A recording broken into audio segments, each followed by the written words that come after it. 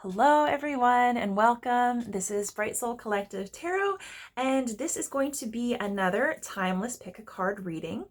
But today we are going to be focusing on love and mostly self-love and connection to self, self-care, self-advocacy, all of those good things.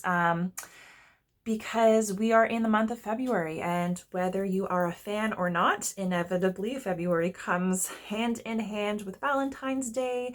And even if it's something that you don't necessarily agree with or celebrate, or if it happens to be something that is important to you, regardless, it's kind of everywhere. It can be difficult to ignore, and it kind of just brings up a lot of feelings and conversations on the topic of love.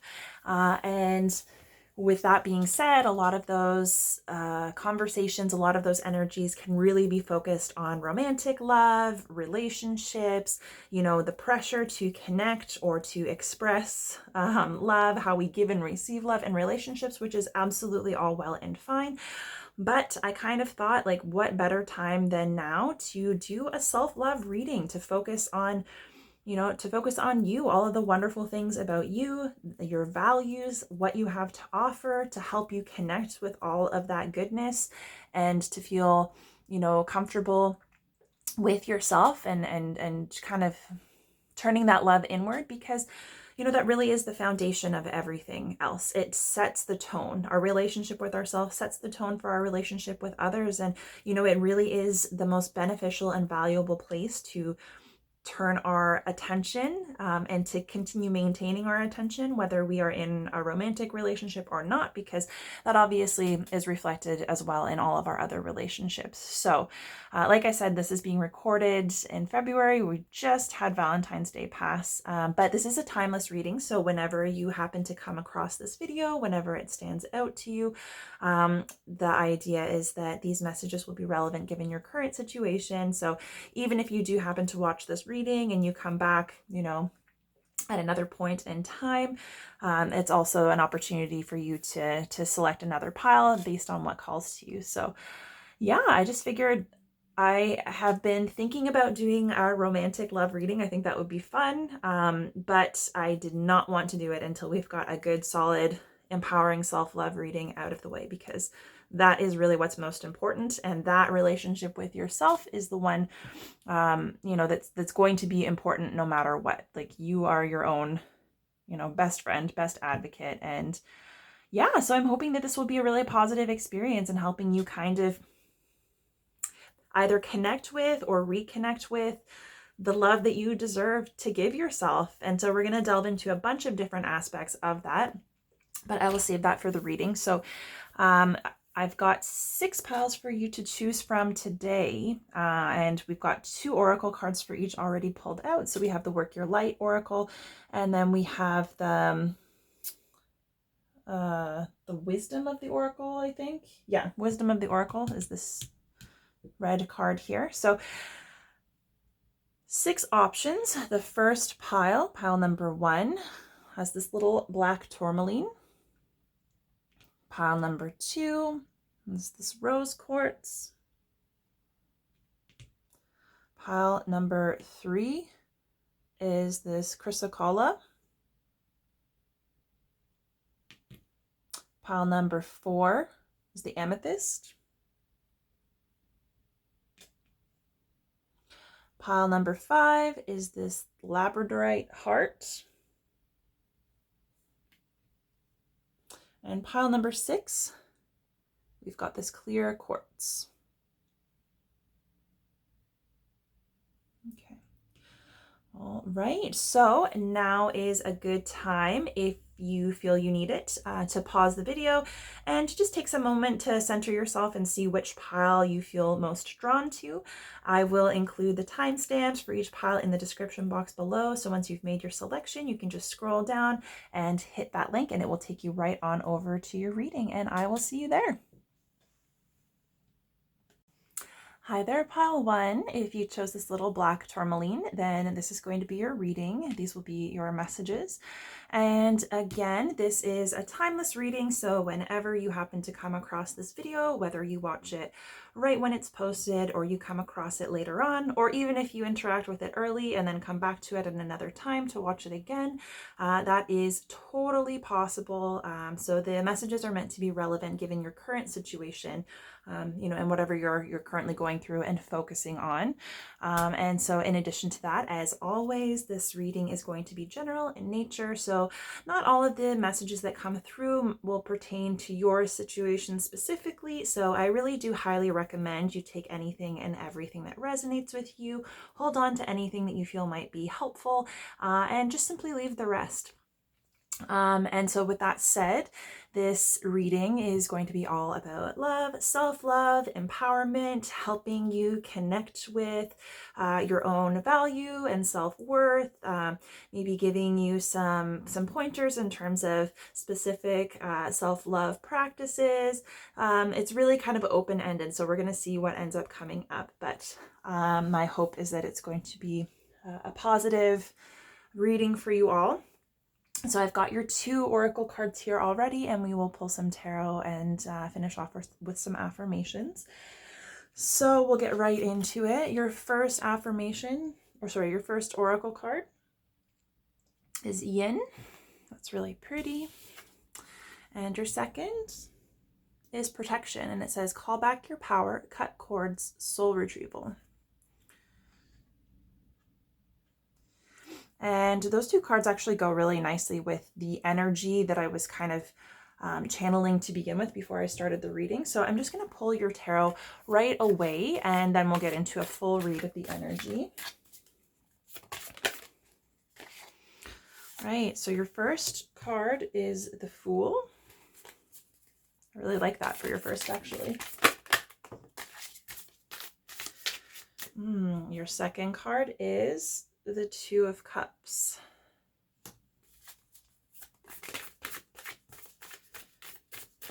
Okay.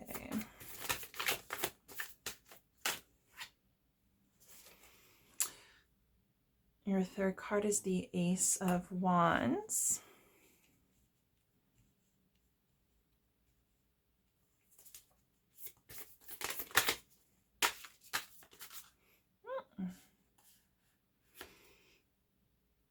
Your fourth card is the Knight of Cups. Right, and then at the bottom of the deck, we have 8 of Pentacles.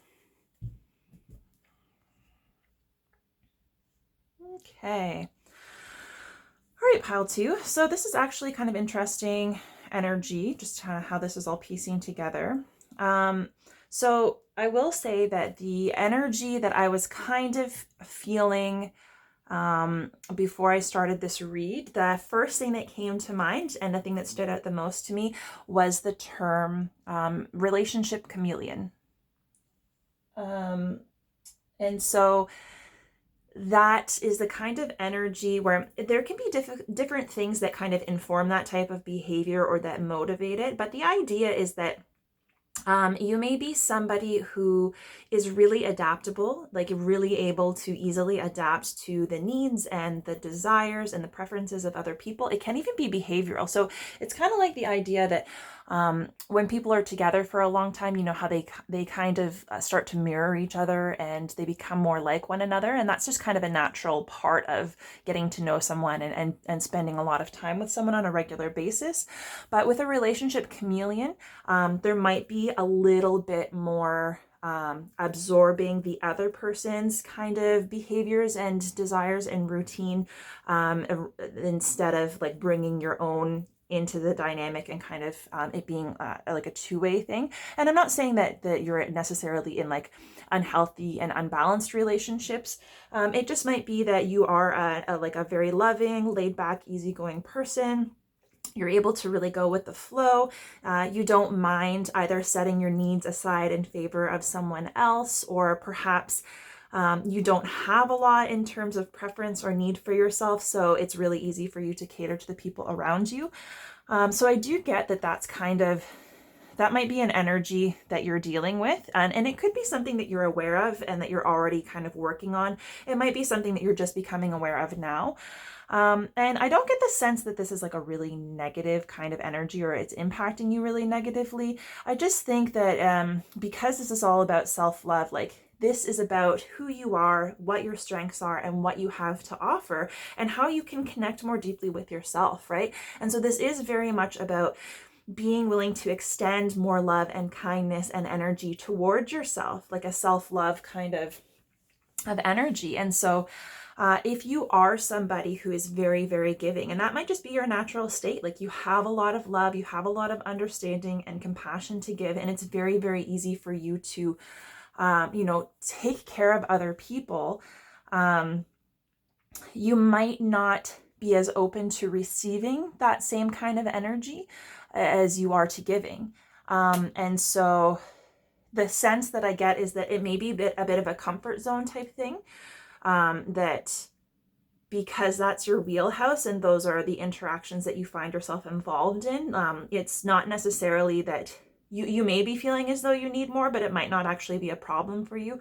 But I think that if you are in a position where you're more comfortable giving than receiving, there's probably some work to do there around receiving love, right? Because that's what this yin card is all about. It is, it's a very kind of easy, soft, loving, and relaxed energy, but it is one of being open and receptive, right? And watching how life unfolds, watching how people behave, how they act, what they say, what they do, and what that means to you and for you, and how that's going to impact the way that you think and feel and the decisions you make for yourself.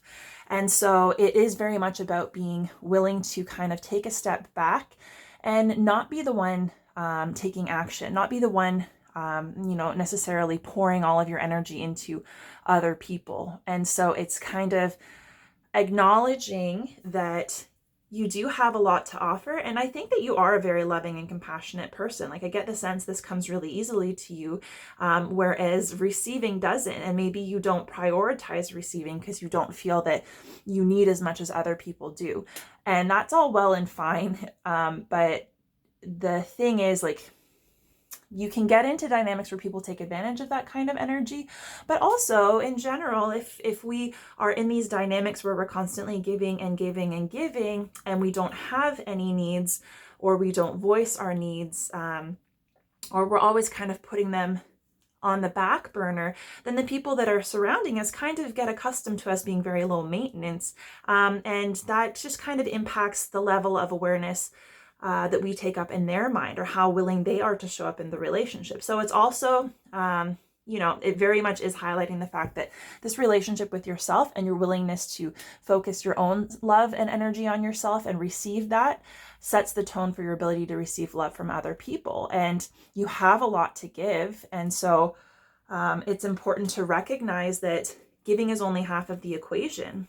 And so you are just as worthy of receiving exactly the same kind of love and energy that you give to those around you, like yourself, and not only from yourself, but from other people as well. And with protection, call back your power, cut the cords, soul retrieval. This is kind of speaking to the fact that, at times, whether you're consciously aware of it or not, whether it's something that you're challenged by or not, you might have a tendency to overgive, right? To maybe overextend yourself a little bit. And that could be in any way. That could be emotionally, that could be physically, that could be mentally. But you might be kind of either giving so much to certain connections or certain people, or you might just have a lot of different connections that are requiring a lot of you, especially because this kind of energy of giving, a lot of the time, if we underestimate how much we really need and we feel that we are in a very secure position and we're okay not prioritizing our needs, sometimes we actually draw in more people that are in need of love and healing. And so it kind of becomes like you invest in other people that you feel like need your help and need your healing, instead of doing the work that you need to do on yourself. And, it's great to be in a position where you're stable and happy enough that you don't necessarily like actively need or feel you need that support, but it's still important for that to be a part of your dynamic, for that to be available to you, and not to be ignoring or undercutting yourself, especially if you're trying to help or heal other people, because, you know,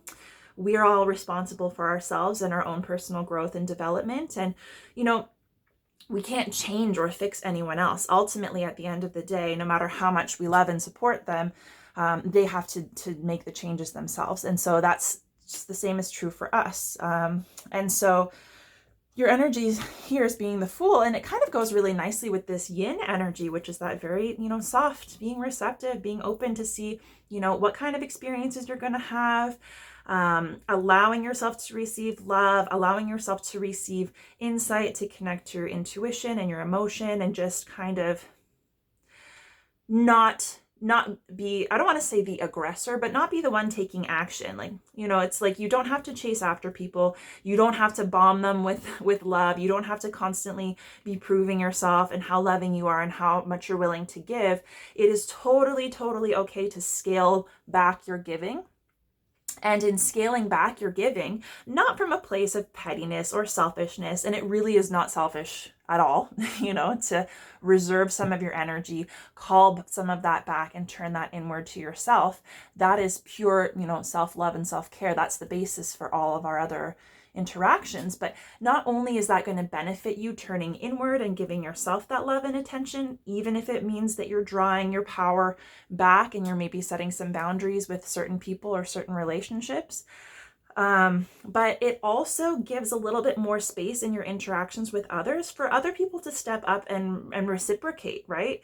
And so if they begin to notice that you're not as involved and you're not, you know, kind of in there anticipating needs and taking care of them all the time, it gives that other person the opportunity to kind of step back and consider you. And it gives them the space to kind of come at you with that reciprocal kind of energy that they're not able to when you're constantly taking care of them. So with your energy being the Fool, I get the sense that you're feeling, so maybe this is a new realization that you've come to. I get the sense that there's kind of like a positive, uplifting energy that you're in right now. You know, maybe you're not feeling too concerned. Maybe you're just ready to kind of, you know, start feeling your way through things, start giving people the opportunity.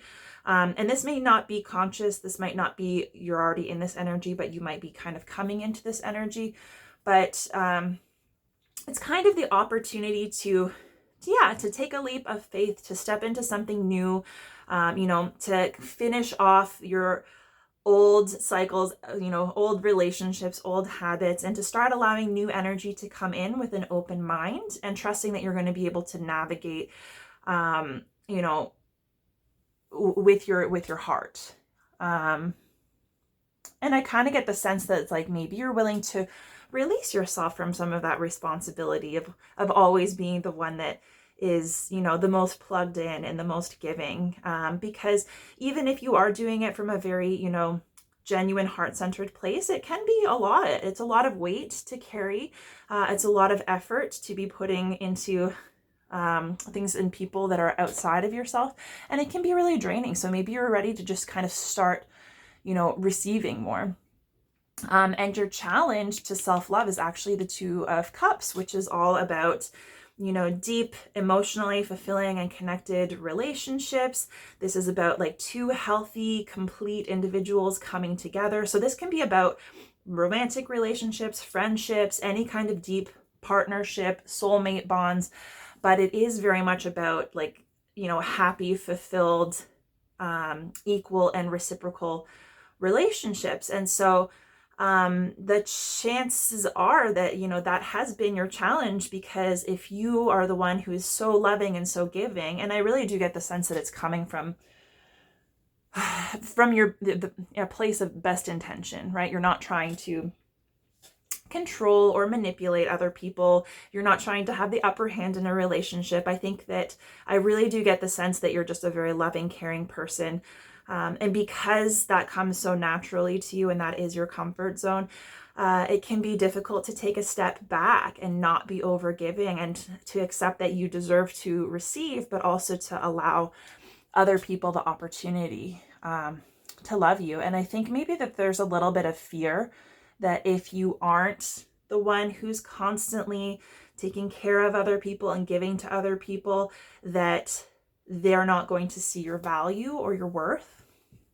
And I don't think that's anything that you actually have to worry about. That's just a fear. Because this last card here, this is how people view you, right? Like what people love about you. And it seems like the people that you're surrounded by, although this is not a love reading, this is all about self-love and you know, connecting with your own love. It's like people see you as somebody with a great amount of depth and love and emotion, somebody who's capable of really truly connecting with and caring for and loving other people. It's a very like romantic, gentle, nurturing energy. You might be somebody who's really demonstrative in terms of love. Like maybe you're very, very affectionate. Maybe you give lots of gifts. Maybe you're just constantly anticipating people's needs, providing a lot of emotional support and understanding. But it's kind of like, you know, whether you are giving at 100% and putting all of your needs aside or on the back burner or not, people are going to recognize that that's who you are at your core, that you have a lot of love in your heart, you have a lot to offer, and there's an opportunity to have really wonderful, meaningful connections on all levels. So that's like, you know, friendship, relationship, anything. Like you have a lot to give. And so you don't need to be afraid about receiving. And you don't need to be afraid about setting some boundaries around your energy and like how much and how often you extend yourself to other people, because, you know, the Two of Cups, that is a healthy relationship where two people are whole and they're kind of, you know, giving and receiving equally. And so it's, even if you're in a place where you're overgiving and you're doing so from a really wonderful, kind place of love, you're actually kind of setting the dynamic out of balance to begin with. You're not allowing the opportunity for things to be, you know, fulfilling and reciprocal in both directions, because you're kind of, you know, maybe overcompensating. I don't want to say overcompensating because that sounds unhealthy, and it may be, but you know, that however that makes sense to you. But your recommended action to kind of connect with yourself is to just focus on, you know, what you're passionate about, you know, what is meaningful to you, what's most important to you, what your own personal happiness looks like. So if you're all by yourself, you know, what do you enjoy doing? What makes you feel good? What are you passionate and excited about in your friendships, in your familial relationships, for work, you know, in all areas of your life? It's about really truly connecting to the things that light you up and the things that give you happiness and fulfillment outside of giving to and caring for others. Because as wonderful as that is, especially when it comes from a really loving, selfless place, we don't want to be so focused on that energy that we're closed off to receiving love as well, because you're just as important as anyone else, and your needs are just as important. And this is basically just saying, like, you know, yeah, you do have a lot to give, but you can also receive just as much. And the way that you can kind of start opening up to that is to really start recognizing what is meaningful to you. Like, you know, so if it is in relationships, what are the ways that people can show up for you, you know, that make you feel good? And how can you kind of become more open to connecting to the positive parts of life through other people aside from just giving? And the other thing that I will say, especially with protection, is that so sometimes the things that we are struggling with or we're hesitant about, so for example, if receiving love is something that's difficult for you, even if you don't necessarily think that you don't deserve it, it might still be difficult to receive it. And so the chances are anything that is kind of unsettling in that sense, anything that makes you kind of want to give more than you receive and want to kind of like shut off from being open to the same kind of love that you're giving other people, there might be something in your past that's that's causing that. Like there might be some kind of wound or experience that is still kind of under the surface that hasn't been dealt with yet.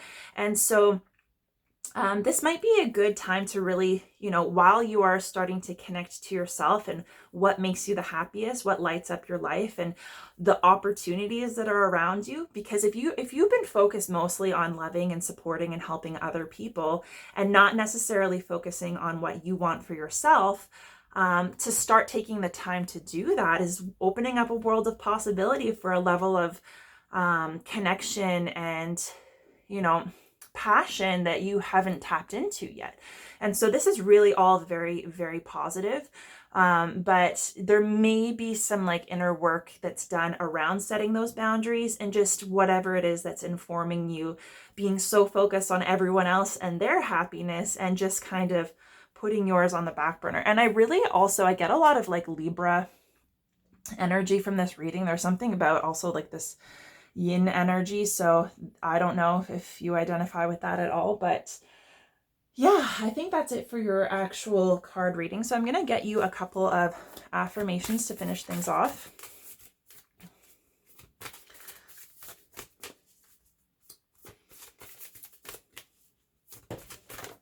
Right. So your first one, I live in the paradise of my own creation.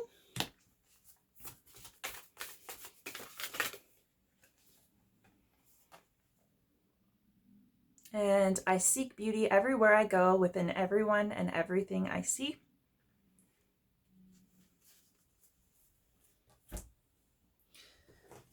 And I'll get you one more just from another deck.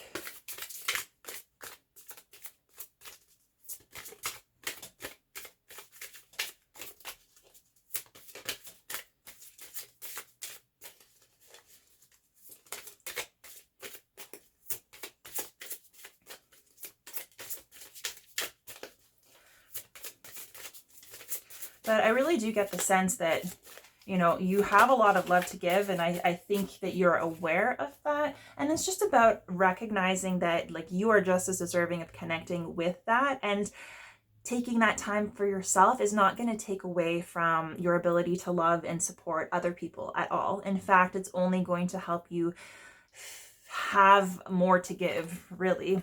Okay. And then I let go and allow the universe to do her thing.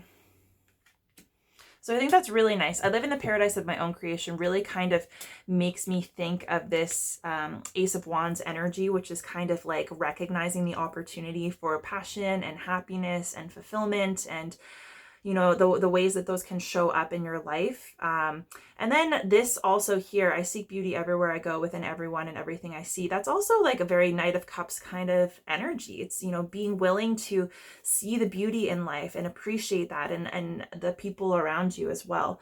And yeah, it's being willing to take everything that's available to you in terms of love from the people and the places and the things and experiences around you, but also to prioritize your own connection to yourself. And then it's also letting go and allowing the universe to do her thing. So that goes very nicely with the yin energy, which is, like I said, it's very divine feminine. It's very soft. It's not, aggressive or action oriented. It's not, taking initiative or trying to act in a way that's going to prove anything. It's, letting other people take the lead, letting other people step up, letting things kind of progress as they will, sitting back, watching, waiting, feeling, assessing how those things make you feel and impact your life. And just, being willing to be surprised, right? So you don't have to spend all of your time and energy sending your energy outward and helping other people, because that's just kind of blocking your ability to connect with all of the love that you have to offer, to benefit from it on a personal level, and to receive all of the love that is available to you through all of your other like relationships and connections. So pile one, I hope that resonated for you. I hope you enjoyed this reading. If you did, please feel free to like and share the video or leave me a comment and let me know. If you did enjoy this reading, you can head on over to my channel at Bright Soul Collective Tarot and check out my other videos. And you can subscribe to my channel to have access to new videos as soon as they're posted. So yeah, it's been a pleasure reading for you. I hope you're all having a wonderful day and that I'll see you again soon and I'll have the opportunity to read for you again. And in the meantime, I'm wishing you all the very best. Hi there, pile 2. If you chose this little rose quartz, then this is going to be your reading. These will be your messages. And again, this is a timeless reading, so whenever you happen to come across this video, whether it's right when it's posted or any time afterward, even if you watch it once and then come back to it at a later date, it is meant to be relevant whenever you're watching, whenever you come across. And as always, this is going to be a general reading, so not necessarily all of the messages that come through will apply specifically to you. So I do highly encourage you to take anything and everything that resonates for you, to hold on to anything that might be helpful, and to simply leave the rest. And as I said in the intro, this reading is going to be all about love. So self-love, self-empowerment, self-care, all of that. And really just trying to connect with all of the wonderful things about yourself, you know, maybe some areas for awareness when it comes to your own, you know, self-love, and areas of focus and development, not only for your connection to yourself, but also in terms of your interactions and relationships with others as well. So I've already got your 2 oracle cards here, and I'll go ahead and take a look at those, pull some tarot, and then we'll get a read on all of the energies. So your first oracle card is happy, happy. I love that. Right, and then we've got birthing a new age, and it says birthing new creations, dreaming a new world into being. All right, so I really like those energies together. And it does go kind of hand in hand with what I was picking up on in terms of energy before I started the reading. So I'll go ahead and get your tarot cards now, and then we'll cover all of that. Okay. Oops. Okay, that is too many cards, so let's try again here.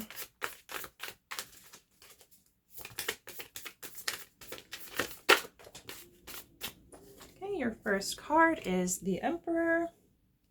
And it's funny because I was already getting some like major fire sign energy. So you might be a fire sign, or you have lots of fire in your chart. If you're into astrology, Aries is the Emperor, so you might be an Aries specifically.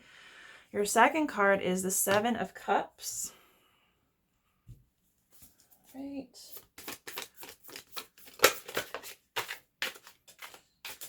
All right, your third card is the 5 of Swords. And then we'll get you one more.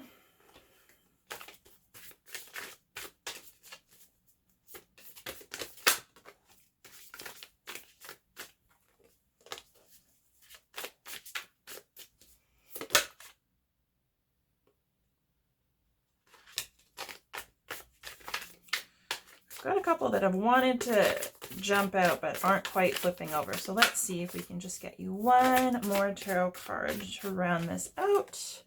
There we go. 6 of Wands. That is also mirroring the same kind of fire energy. All right, and at the bottom of the deck, you have the 5 of Pentacles.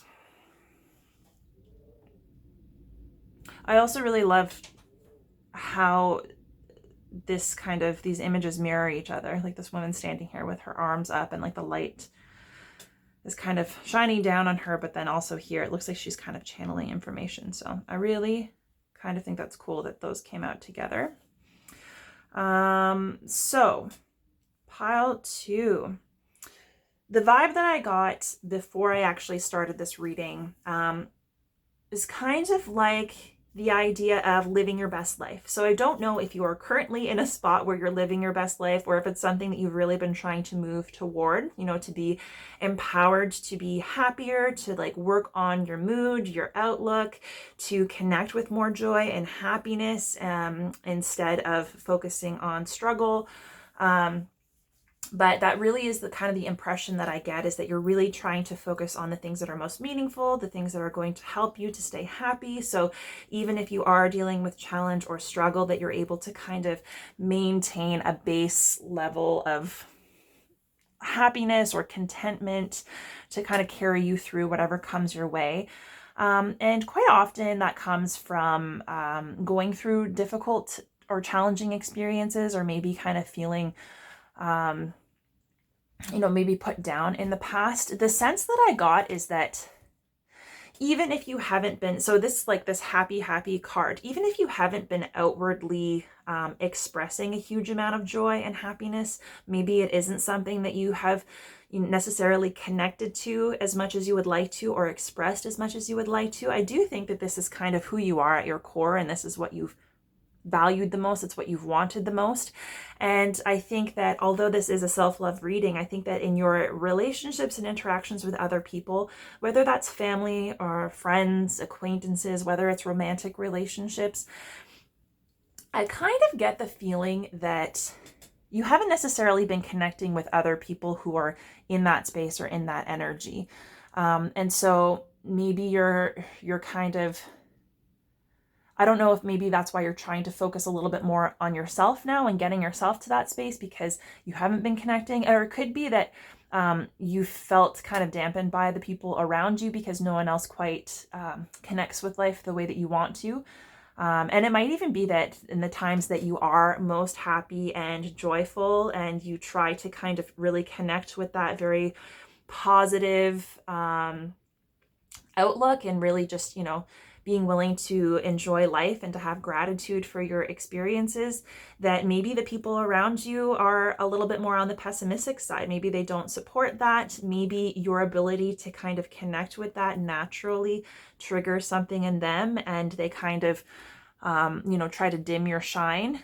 Because I do get the sense that this happiness for you, and that can be anything, but it could just be really being willing to connect with joy and happiness no matter what's going on. And like, I kind of get the feeling that it's just inside you waiting to be released, whether or not you've actually started to fully step into that energy or not. But I think it's very transformative to you, and for you, because it is connecting with that joy and that happiness that is really going to allow you to kind of step into your own, to feel more content and more confident on your own, but then also for that to impact the people around you, the relationships around you. And that's going to impact the people that come into your life, the opportunities that come into your life. And so this is very, very encouraging, in the sense that, I said that our relationship with ourselves sets the tone for our relationship with everyone else. And this is very much the case with you. And it's kind of like, I get the sense that this is something that you're aware of, and maybe you've had a longing to just be happy. It's like all you want is to be happy. All you want is to enjoy life. And maybe you feel like you're capable of it, and it's just like you haven't really had the experience to support that, or to help you get into that place. And it is possible. I think you've known that it's possible, and that's why it's like you are responsible for creating your own happiness and, choosing happiness. So this is a conscious choice. It's not just, being checked out or being overly positive and kind of like glazing over difficulties. It is, being willing to connect with joy and gratitude and happiness, and choosing to see the light, choosing to express the light, and choosing to kind of find a silver lining. So it's not to say that life is not difficult and you're not going to have down periods, but it is a conscious choice to focus on what lights you up, and to not let anything kind of dim your shine. And the interesting thing here, especially with the Five of Pentacles in the past, is that I feel like maybe you felt kind of impoverished, and that could be in any way. Maybe it was like literally you've come from like a tough place where you lost a job, or you didn't have financial stability or whatever, but it could also be emotional. And the thing is, when we're focused on everything that we don't have, sometimes we don't see our own ability to manifest or to create or to move toward that. So here she's so kind of down and out, focus, and it's like the poverty card, right? And so she doesn't see that this key is here and that she can open this door to kind of more abundance. And so that can often happen when we're going through difficult times, or we're around people that make us feel low, or we're kind of blocked from connecting with our own happiness, is that we don't see our own personal responsibility in those experiences, and how our feelings and our thoughts and our choices can sometimes inform those situations. And I'm not saying that's always the case, but I get this sense that maybe you've been through enough that you've kind of had this shift in perspective where you realize that you are responsible for yourself. You're responsible for your own happiness.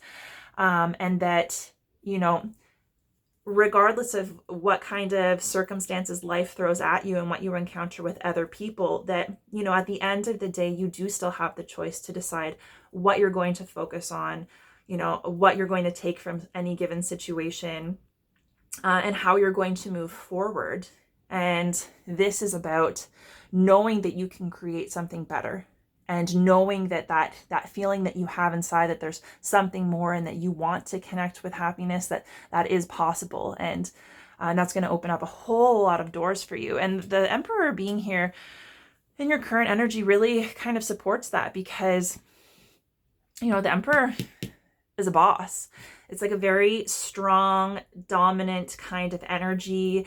It's very, confident, very self-assured. It's a strong kind of leadership role. So, I really get the sense that you're kind of willing to take charge in your own life, and to be, maybe you're stepping into a little bit more confidence in yourself, because maybe this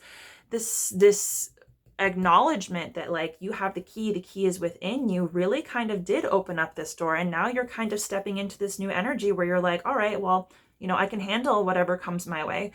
And I think it's about, recognizing your ability to impact your own life experience and the people around you, and that you have more power than you maybe realized. And that this happiness and this joy that's driving you from the inside, this desire, that it is something meaningful. And that's what's going to help you create and move toward whatever it is that's most fulfilling to you. And so I think that's a really good energy to be in. And so the interesting thing is, the sense that I get is that you're really working on yourself and your own happiness. And maybe there's a little bit of a fear that you're not going to find anybody who's going to match you, or anyone who's going to relate to you on that level, or embody those same feelings and beliefs. And this whole challenge that you're facing when it comes to your own, self-love and self-development, it seems like it could just be a lack of clarity in terms of what it is you want. And that's the thing, because when we come from a place where we're feeling kind of limited and locked out, and the things that we want, or the abundance that we're hoping for, is kind of being blocked from us. And then we step into this energy where we realize that, we have the ability to connect and create it. And we're kind of stepping into that confidence just because we've gone through that pivotal kind of shift in energy and perspective. Doesn't necessarily mean that we know how to do it, or how to get to where we want to go. And so this is really about there are so many different opportunities for emotional fulfillment, right? And for happiness, right? So with cups, the cup is your happiness, your love, your connection, the things that are the most meaningful and satisfying and fulfilling to you. And you see here with the 7 of Cups, there's so many overturned. And so he doesn't necessarily know what's under each one. And it can be having a lot of options and feeling like your attention is a bit divided. So maybe you're realizing now that there's so much opportunity that you're having a hard time just focusing on, maybe one thing at a time. Or you could even be getting yourself overwhelmed with how much there is to do now that you're stepping into this energy where you're wanting to take charge and take responsibility for yourself. And I would just say, like, especially if you're feeling, that's like a wonderful thing to have so many options for happiness and fulfillment that it's difficult to choose. I know that it can be challenging to be in that situation, but I think that it's really important to recognize that there's no wrong decision. And the only way that you're going to make a wrong decision is if you start to get into your head and you start making decisions from a place of fear. But if you really are truly connecting with yourself and your happiness and what feels right to you, then, you know, those options that feel light, that feel expansive, it's whatever one feels most aligned, you're going to have the experience that you need to have. And, you know, you have to take it one step at a time, right? And so to not get overwhelmed, because if you're trying to do too much at once, or you're trying to change too many things at once and your energy is really scattered, sometimes that just makes it like less efficient, right? And it can actually make things seem like they're taking longer to progress. Whereas if you can kind of just knock things off, you know, one at a time, or take more manageable bites without worrying that you're not doing enough, that will help you kind of get the momentum going and start connecting with that meaning and that deeper level of fulfillment and bringing in more of that happiness bit by bit. And I think it's exciting to know that there's a lot of opportunity available to you and to want to like connect with the max immediately. But, you know, there's something to be said for, you know, kind of focusing on what is most important to you, what feels most fulfilling, or what you're most drawn to at this time. And that will change, you know, and, you know, once you kind of master one thing, or you get what you're meant to get from a certain situation, then it's like you can move on to the next, and, you know, you're not going to miss out on anything that's meant for you. So it's okay to be decisive and to follow your heart, and your recommended energy for doing that in order to connect with more of your own love and bring in more of your own happiness and the opportunities to just, you know, have happy, meaningful, you know, partnerships and relationship to self, is to kind of be willing to let go of the I don't want to say, maybe negative perceptions, negative stories, the critical kind of ideas that have come from your past, right? So it's like these thoughts, especially with the 5 here, these thoughts might be damaging, they might be limiting, they might not necessarily be true. They could be a little bit deceptive, just based on your past experiences or your past feeling of like hurt or loss or being blocked. So it's not letting the experiences from the past that kind of got you in a lower state and prevented you from connecting to your light and maybe had you dimming your shine. It's not to allow those to kind of influence the decisions that you're going to make. So it's recognizing that even though you're in a place where you're ready to take charge and to connect with more of your own happiness and light, that you're still impacted by the experiences you've had before, and that your perceptions don't necessarily change immediately just because you've kind of stepped into a new energy and you're ready to connect with something better.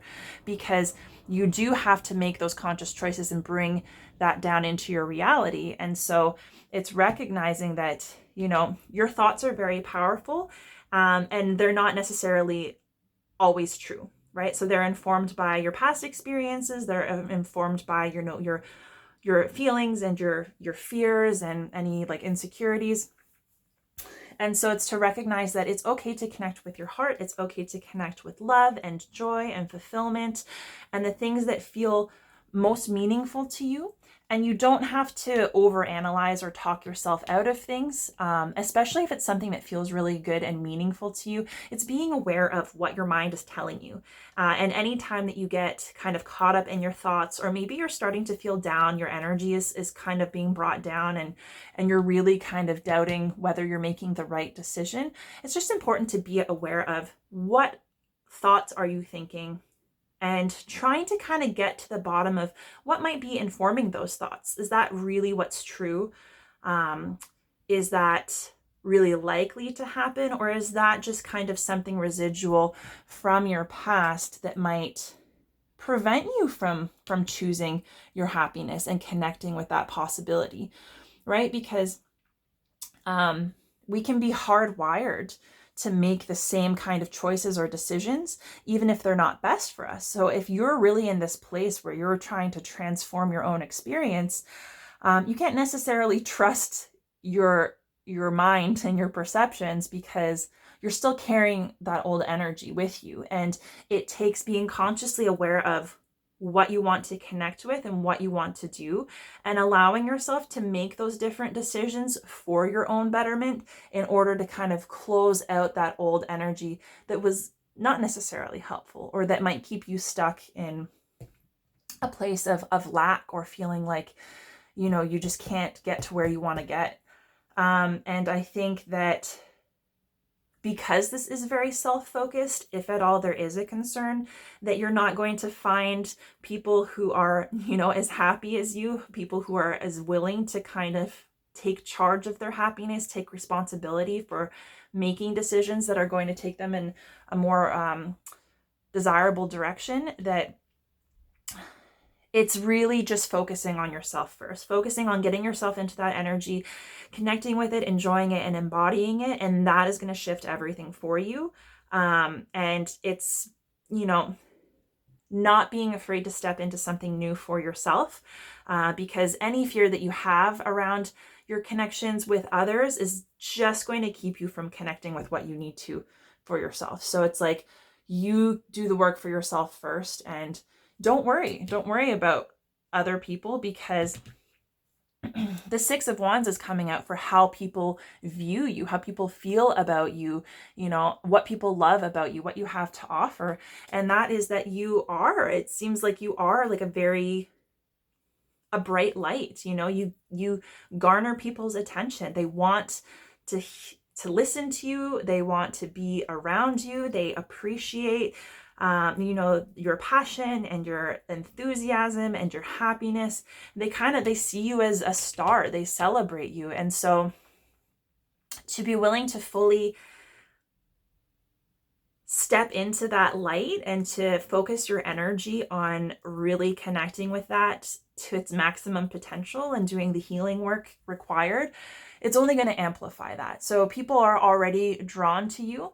And the thing is, like, people also might be drawn to you because you are happy and you're charismatic and you have good energy, and other people want to experience that, but it doesn't necessarily mean that they're ready to, right? So sometimes you know, being yourself and connecting with joy and shining your light can actually inspire jealousy in other people. And, you know, that's just a reflection of where they're at and their own kind of struggles and their own work to do. It's not something that you need to take responsibility for, and you don't want to dim your shine. And it's just trusting that stepping more into that energy is going to give you the basis for, you know, your own personal happiness, and, you know, the boundaries that you set for yourself around what you're willing to experience. And then that is going to set the tone for everyone and everything else. And so the more that you allow yourself to focus on your own happiness and getting into that energy, the less likely you are to give into interactions and relationships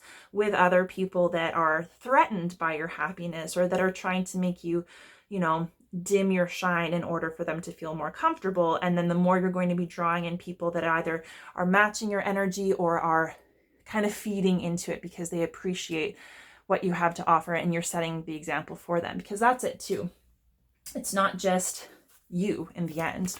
It's that you fully embracing this new path and taking responsibility for your happiness and making those conscious choices to move away from the things that had you feeling disadvantaged or in a place of lack, and really recognizing your power will draw in people that are, you know, more aligned to the path that you want to be on, but it's also going to set a really great example for them as well.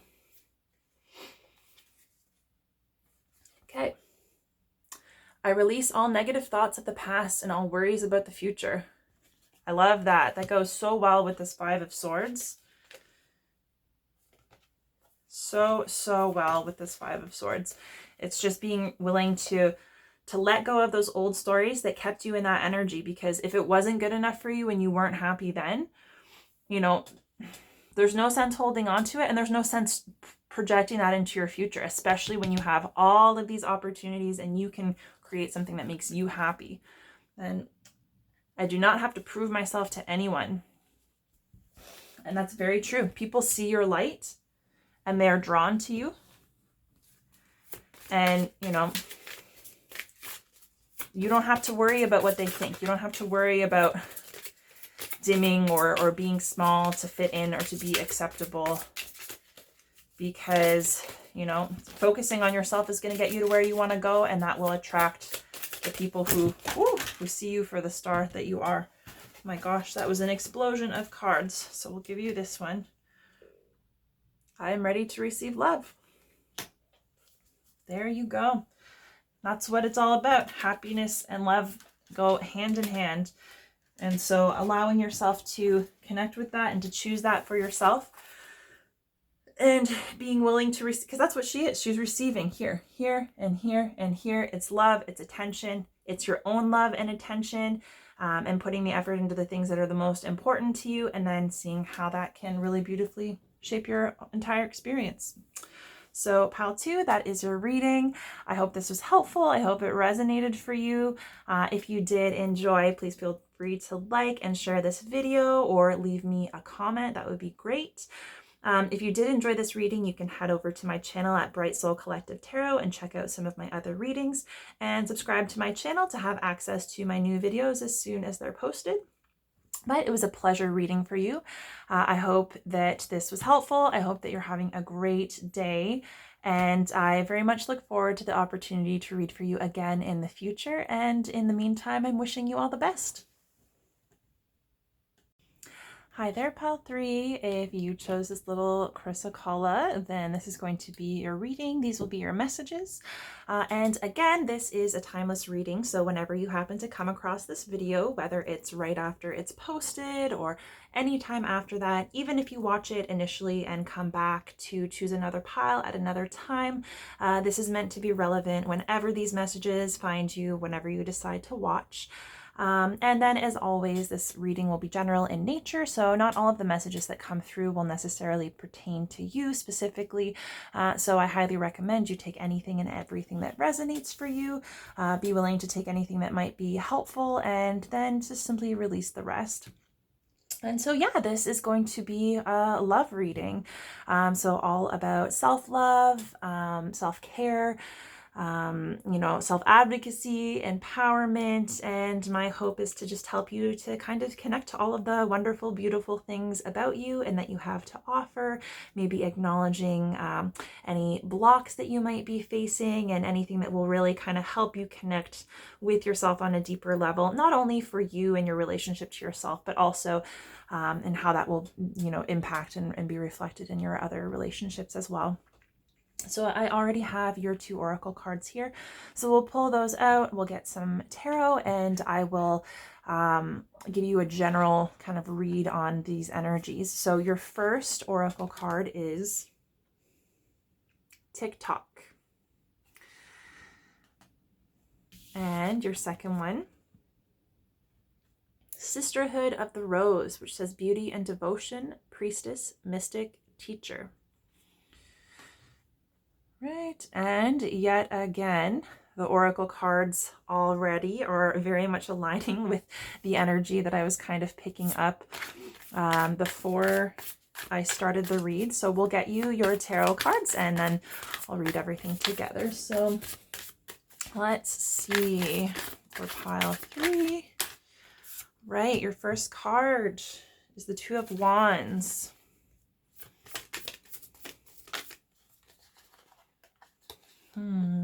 I knew it. Your second card is the 10 of Pentacles.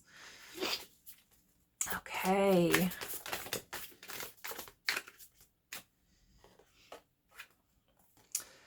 Third card, Queen of Cups.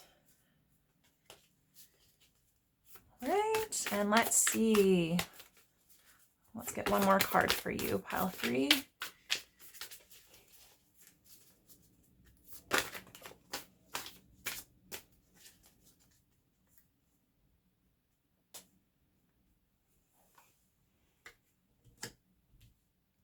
final card is the Four of Cups and Nine of Cups at the bottom. Oh my goodness. This is, let me just move this back out so that we can see it.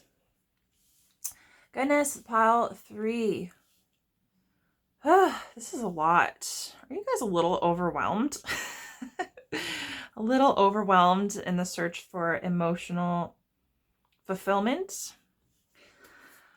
So I will say first and foremost, yes, these tarot cards make a lot of sense, but the energy that I was kind of picking up on is that there's a certain amount of anxiety perhaps that you're experiencing surrounding love and your experience of love and the things that you're hoping to connect with in your lifetime. Like, and the funny thing is that I said your lifetime, because it's like your life is already over and you just haven't gotten anything that is important to you. Like, and that's weird. Like that's not the case, obviously.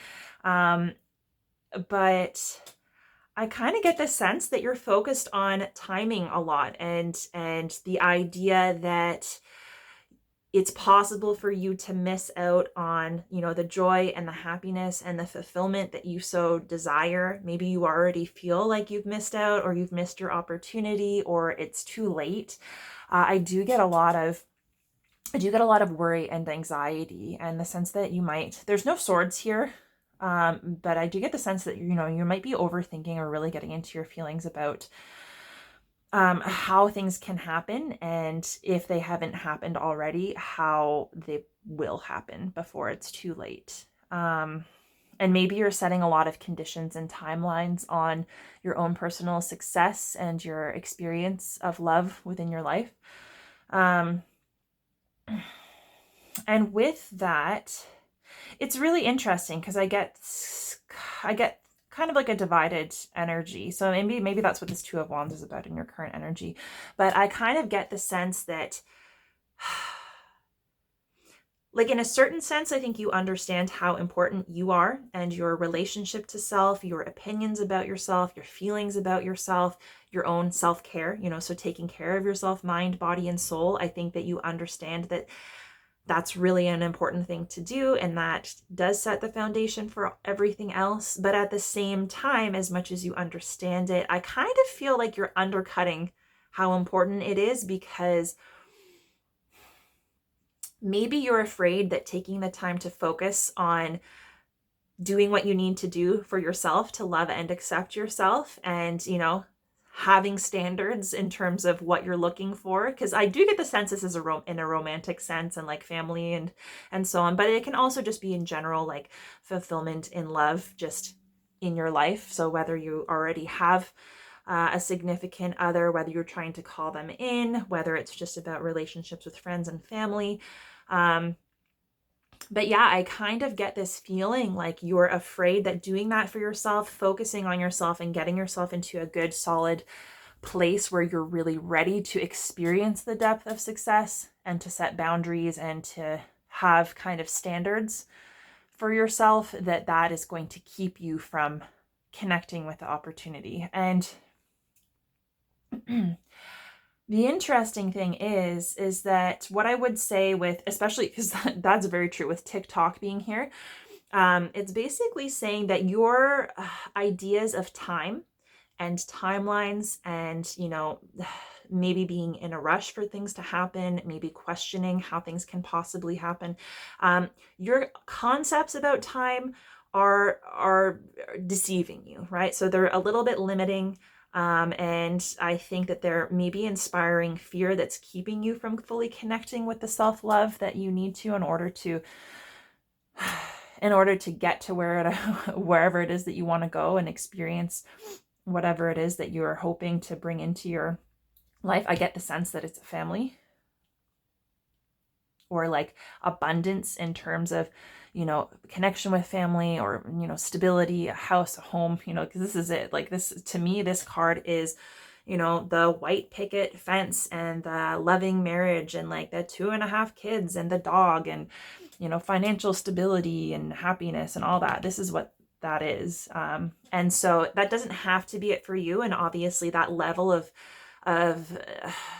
fulfillment and stability is going to be different for each and every one of you based on where you're at and what you feel is most important. But I will say that that definitely stands out to me. And so, yeah, I kind of get the sense that you have fear that maybe that's not for you.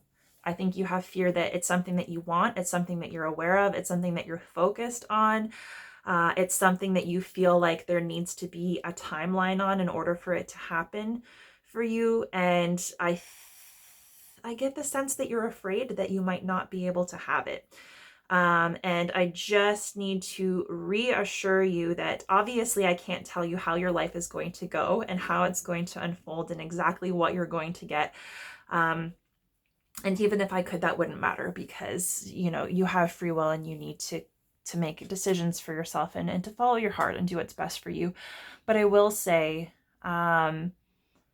that getting into that space where you're focused on what kind of limitations time might pose, or like having things happen on a certain timeline, it's just going to keep you from getting there. So it's like, it's you know, when they say there's nothing to fear but fear itself, it's the fear that's keeping you fixated on that is probably going to be what would keep you from connecting with it, right? Because that's, if you're in that energy focusing on that, that's kind of what is going to materialize, right? And that's the energy that you're going to be in when you're making decisions, which if you already kind of feel like it can't happen or it might not happen and you're afraid of it, then chances are that's going to be informing, you know, the decisions that you're making, and they might actually take you further away. And the other thing with it coming out with the Sisterhood of the Rose, this doesn't have to be a female. It doesn't have to be that you are a woman. That's not it at all. It's just that it seems like there is a deeper meaning to all of this. So there's something connected to your purpose in this life, your spirituality.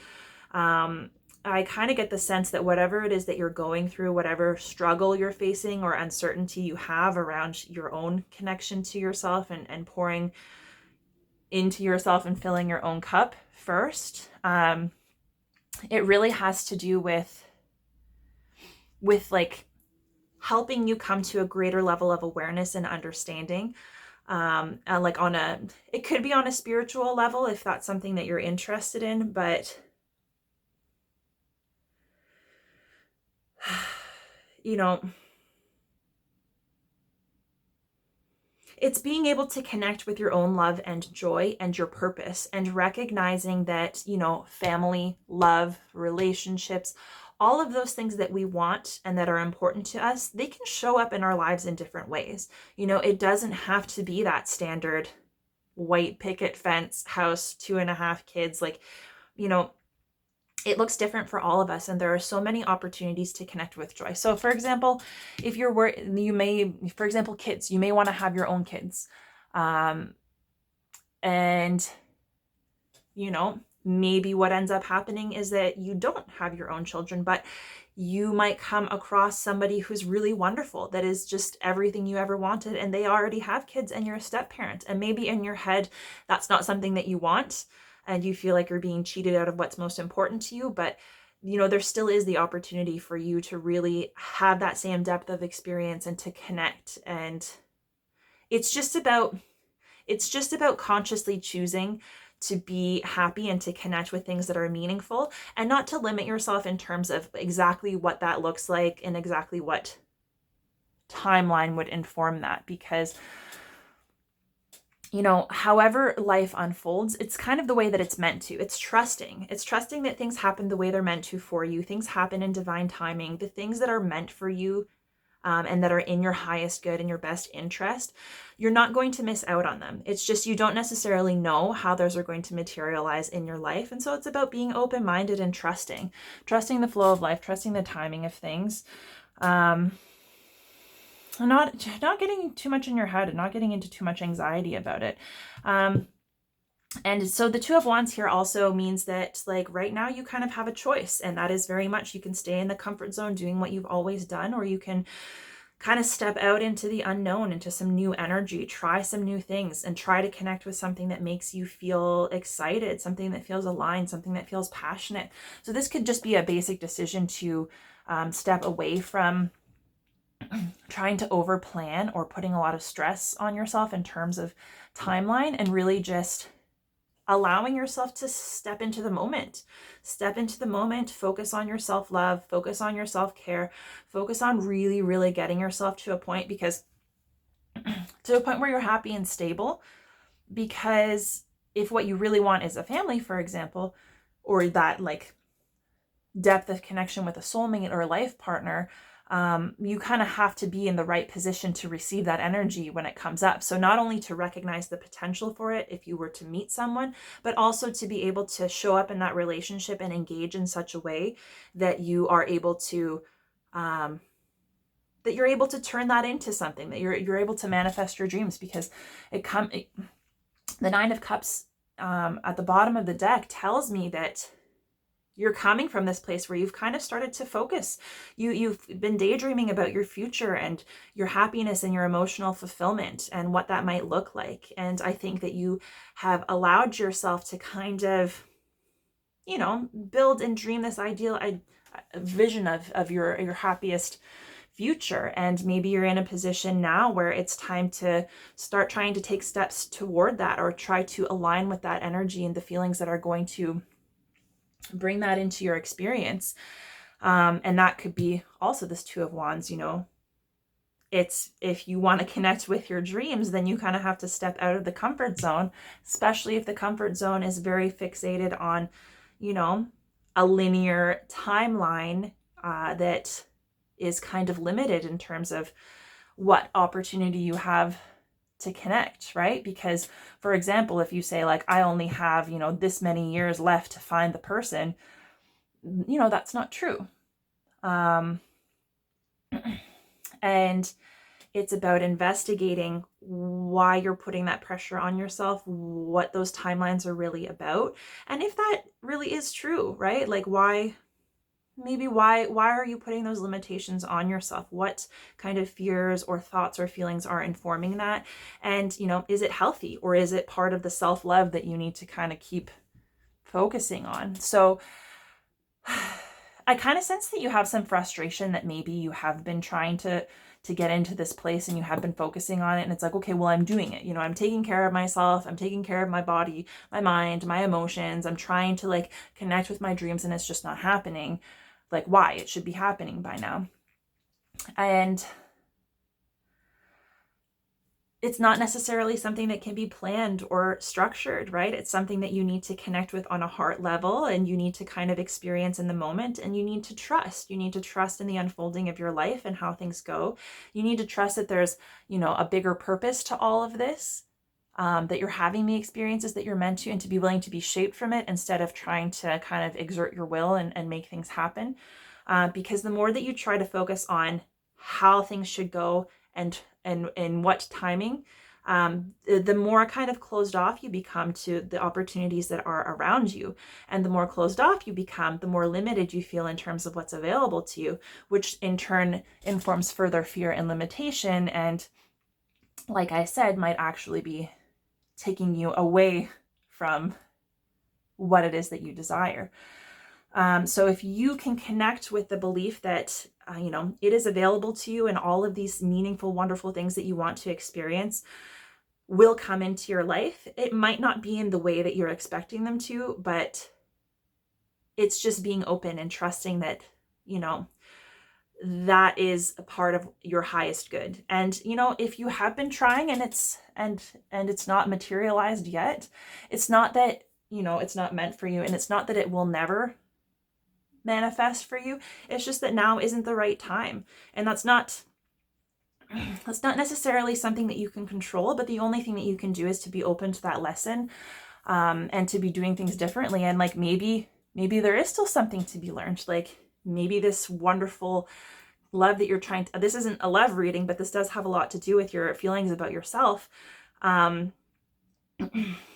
Maybe you think you're in the right place to connect with everything that you want and you're really not. Like, you don't necessarily know, right? You can't know what you don't know.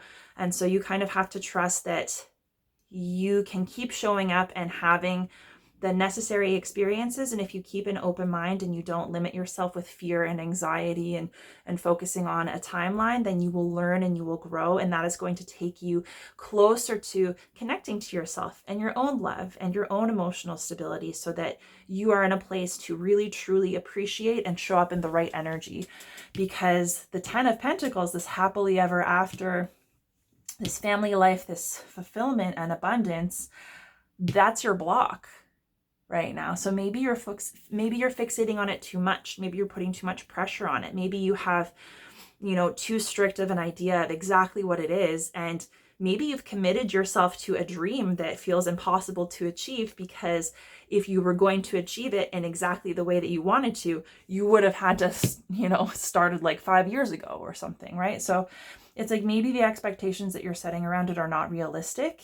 And that's what's keeping you from connecting with it, right? Because if you have a very limited idea of what you want, but you can get all of that and more by being open to the opportunities and the people and places and things around you, it could very well be sitting in front of your face and you just haven't necessarily recognized it because you're focused on one specific version of it. And so it's kind of like letting go of control, like really trusting that there's a bigger plan at work, and this is part of your soul growth and your development. This is part of your, connection, even if it's like a spiritual thing, right? That I kind of get the sense that you are learning more than you think that you are along this path, and that once you finally kind of get to the point where you're ready to connect with whoever or whatever it is that you're really wishing for, that is really just going to take you to a whole nother level, and that it might actually be a very spiritual kind of a partnership as well. So, and that could be something that you're already attached to. So maybe you're already experiencing it, and it's just things are not moving forward quickly enough, and it's really just being able to relax and enjoy the experience, because that's your recommended energy is, to allow yourself to be in the moment, to allow yourself to experience the depth of emotion that is, positive feeling emotions and negative feeling emotions. It's being able to trust that you can kind of balance things out and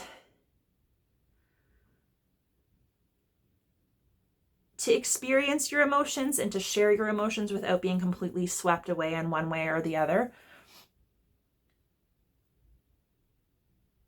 And I think that it's kind of like getting out of your head and into your heart, and allowing yourself to be guided more by emotions and love and the things that feel like meaningful, the things that are really drawing you in, rather than your ideas about them, what they might look like, what they might feel like, how you might get them, what the timeline looks like. So really, you're just being told to follow your heart, connect with love, connect with the love that's around you, connect with love for yourself, really fully invest in yourself, because doing that, it's not going to impede you. It's not going to hold you back. It's only going to, pour more into yourself and put you in a position where you are more ready to receive. And so if you're not receiving yet, maybe you're not ready. Maybe you think you're done and you're not, and you just need to, this could be the last step, right? It's just connecting with that emotion on a deeper level, connecting with yourself in order to be able to connect with others, and really just letting your feelings and emotion lead the way. And the interesting thing is, like, the image here kind of mirrors this one here. So it's kind of like, yeah, it's just trusting that there's a bigger kind of plan unfolding for you, whether you can see it or not. And to move through things intuitively is going to help you realize that. And the Four of Cups here, this is how others see you. This is what they're drawn to. And it's kind of an interesting card to come up for this, because I think people see you as somebody who has a lot of abundance, has the opportunity for a lot of emotional connection and emotional fulfillment, and you're just kind of choosing not to see it or choosing not to connect with it. Or maybe you're focused on so many other things, that the things that are right in front of you that give you the opportunity to connect with all of this love and happiness are just kind of, maybe being overlooked. And so this could even be a person around you that is like, that sees everything that you have and that you're just kind of not quite connected with it. But it's like, there's that potential there, right? So maybe you're feeling a little bit worn down. Maybe you're feeling disillusioned. Maybe you're feeling apathetic, but that's not forever. And that's just kind of a result of probably focusing on these timelines and all of this structure and control. But you know, you have everything you need. There's so much love around you. There's so much opportunity. There is a huge amount of potential for emotional fulfillment and connection, not only on a personal level in terms of your relationship with yourself, but also romantic relationships. And it seems like people want to connect with you on that level. They want to offer things to you. They see the ability to connect with you on that level, if you're open to it and you're choosing it.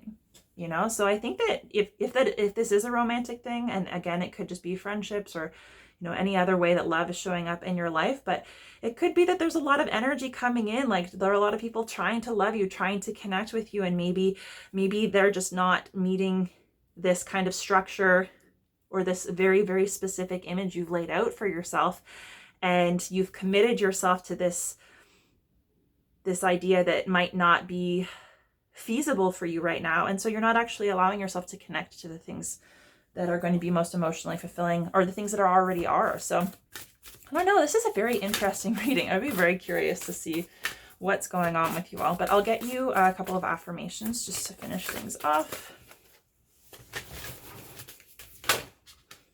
Okay. I forgive myself and set myself free. And I have no expectations and make no assumptions. Oh my goodness. I love that so much. So much. Very much about, yes, connecting with freedom, connecting with positivity, letting go of the limiting beliefs, letting go of the stress and the pressure and the anxiety, you know, the structure that you've put in place for your dreams and your happiness to manifest. It's just allowing yourself to be free of that. And especially when dealing with love, the unfolding of your life, trusting things, and feeding into yourself more so that you can connect with the things that are going to kind of amplify that love in your life. Don't have any expectations or make any assumptions about whether it fits or how it's going to fit into the timeline or how it's going to make things work. Just allow yourself to feel and to be led by your heart and to trust that's going to take you exactly where you want to go. So it's disconnecting from your thoughts and your fear and just allowing yourself to flow with it. And then I make decisions from a place of intuition and power. That is a really beautiful way to tie everything together. That's what it's all about, connecting with yourself, what feels good on an emotional level, intuitively, because that's the goal. Getting caught up in your thoughts about how things have to happen or what they have to look like or what the timeline is, that's not connected to your heart. It's not connected to your passion.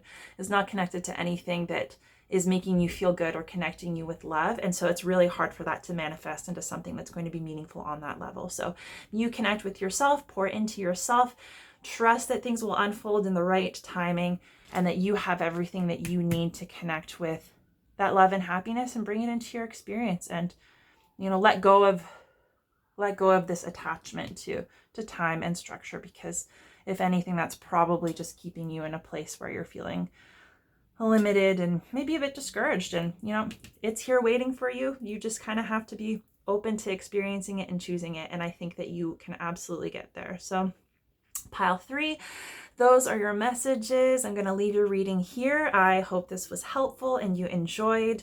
If you did, please feel free to like and share or leave me a comment. If you did like this reading, you can head over to my channel at Bright Soul Collective Tarot and check out my other videos, and also subscribe to my channel to get up-to-date notifications on new videos as they're posted. So it has been an absolute pleasure reading for you. I hope you're having a great day and this was helpful to you, and I look forward to reading for you again in the future. And in the meantime, I'm wishing you all the very best. Hi there, pile 4. If you chose this amethyst, then this is going to be your reading and these will be your messages. And as I said in the intro, this reading is timeless in nature. So whenever you happen to come across the video and watch it, it's meant to be relevant based on whatever you're currently going through, even if you happen to watch the video and then revisit it at a later date. Whenever you happen to come in contact, these messages are meant to be for you, and keeping in mind also that this is a general reading, so not necessarily all of the messages that come through are going to pertain to you specifically. So as always, I do recommend you take anything and everything that resonates for you, keep an open mind to the information coming through, and simply leave whatever doesn't resonate.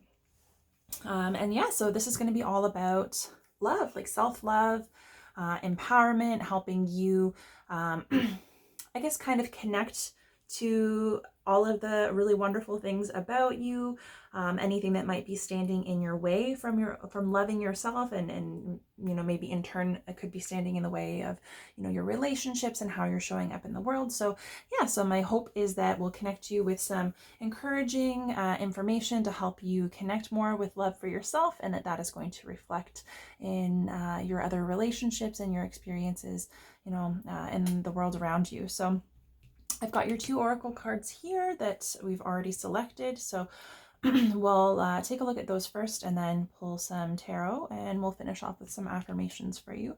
So I guess we'll just get right into it. So your first oracle card says round and round.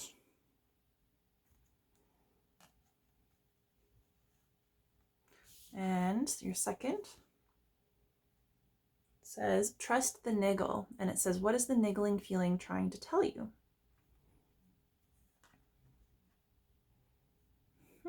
I like both of those cards. And so before I get into the tarot cards, I'm going to pull those immediately and then we'll get a read on everything. But it's funny because the feeling that I was getting from this pile is that like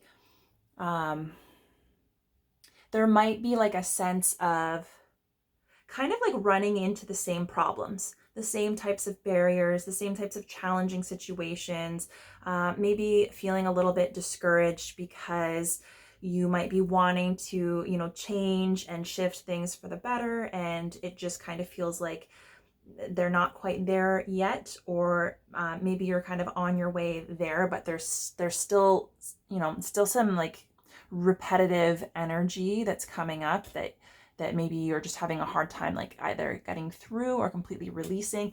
And it might be the kind of like the sense of like, where you want to be, or what it is that you're trying to kind of connect more with, and it's just not materializing, and maybe you feel like you're kind of like stuck in a loop. So that is funny that those cards have come out. So we'll pull your tarot first, and then we will get a read on this entire situation.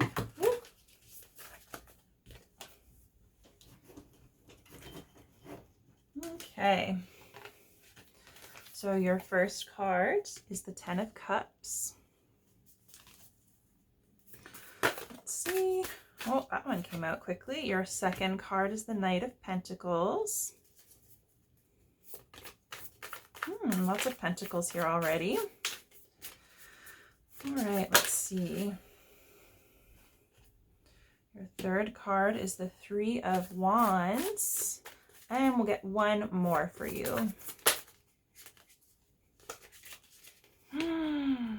Oh, the Hanged Man. Okay, and at the bottom of the deck, we have the Chariot.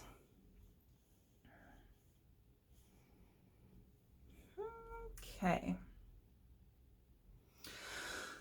So this is really interesting because this round and round, first and foremost, really does go hand in hand with what I was already picking up on, in the sense that like, so because we're talking about love, and obviously the focus is on self-love, that's important, but inevitably relationships with other people will play into that, because, that kind of is a reflection of how we love ourselves and how we're showing up in relationships and what we draw into our experience through interactions in love with others. And so I'm going to try to keep it kind of general, but the idea is that if you feel like you're getting stuck in the same old pattern, so, maybe there's something that you're trying to shift, maybe there's like something you're trying to heal. Maybe there's a new attitude and perspective that you're trying to bring in that's going to be healthier for you and happier and help you connect more with love. And maybe it's just that you're kind of like, yeah, you're kind of like stuck on a loop. You're going through the same thing over and over again, or you're facing the same block and you're having a hard time just like fully overcoming it. Round and round really truly speaks to that. And it's basically like, if you find yourself in repetitive cycles, so if you're running into the same roadblock or you're getting really off track by the same types of feelings and experiences, and it's like, wow, I've been through this so many times, like you think that I would know better, you think I would be beyond this. And it could be on a personal level, just with your relationship and your feelings about yourself.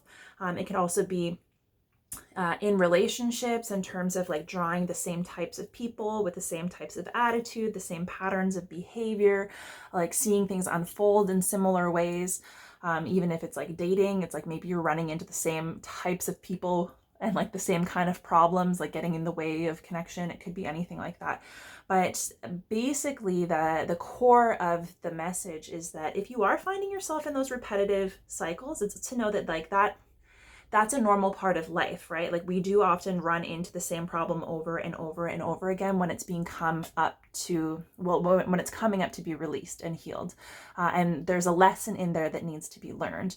And the idea is that if it continues to come up, it's helping expose us to whatever that is. It's helping to bring that up, whatever that core problem is, whatever that core thing needing to be healed, whether it's like you valuing yourself or getting clear on what you want, or maybe standing up for yourself. You know, it's strengthening the parts of you that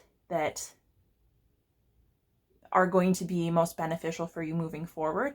And so if it keeps on coming up, it's not necessarily like, I think sometimes people get discouraged and they take it as a sign of failure, especially with the Chariot here. It tells me that, you know, you want to be very focused and, you know, quickly moving towards your goal. And, you know, this is also about following your heart and your emotions and allowing yourself to kind of like go after what you want. And so it can be really hard if you're in an energy where you're really trying to move toward this end goal and this end happiness and this like self-love, and to feel like you just get hung up in the same types of energy or the same types of relationships or the same types of problems. It's easy to take that as an indication that you're not doing enough, or you're failing, or there's something wrong with you. A lot of times we can tell ourselves stories and internalize these whole kind of ideas that aren't necessarily true.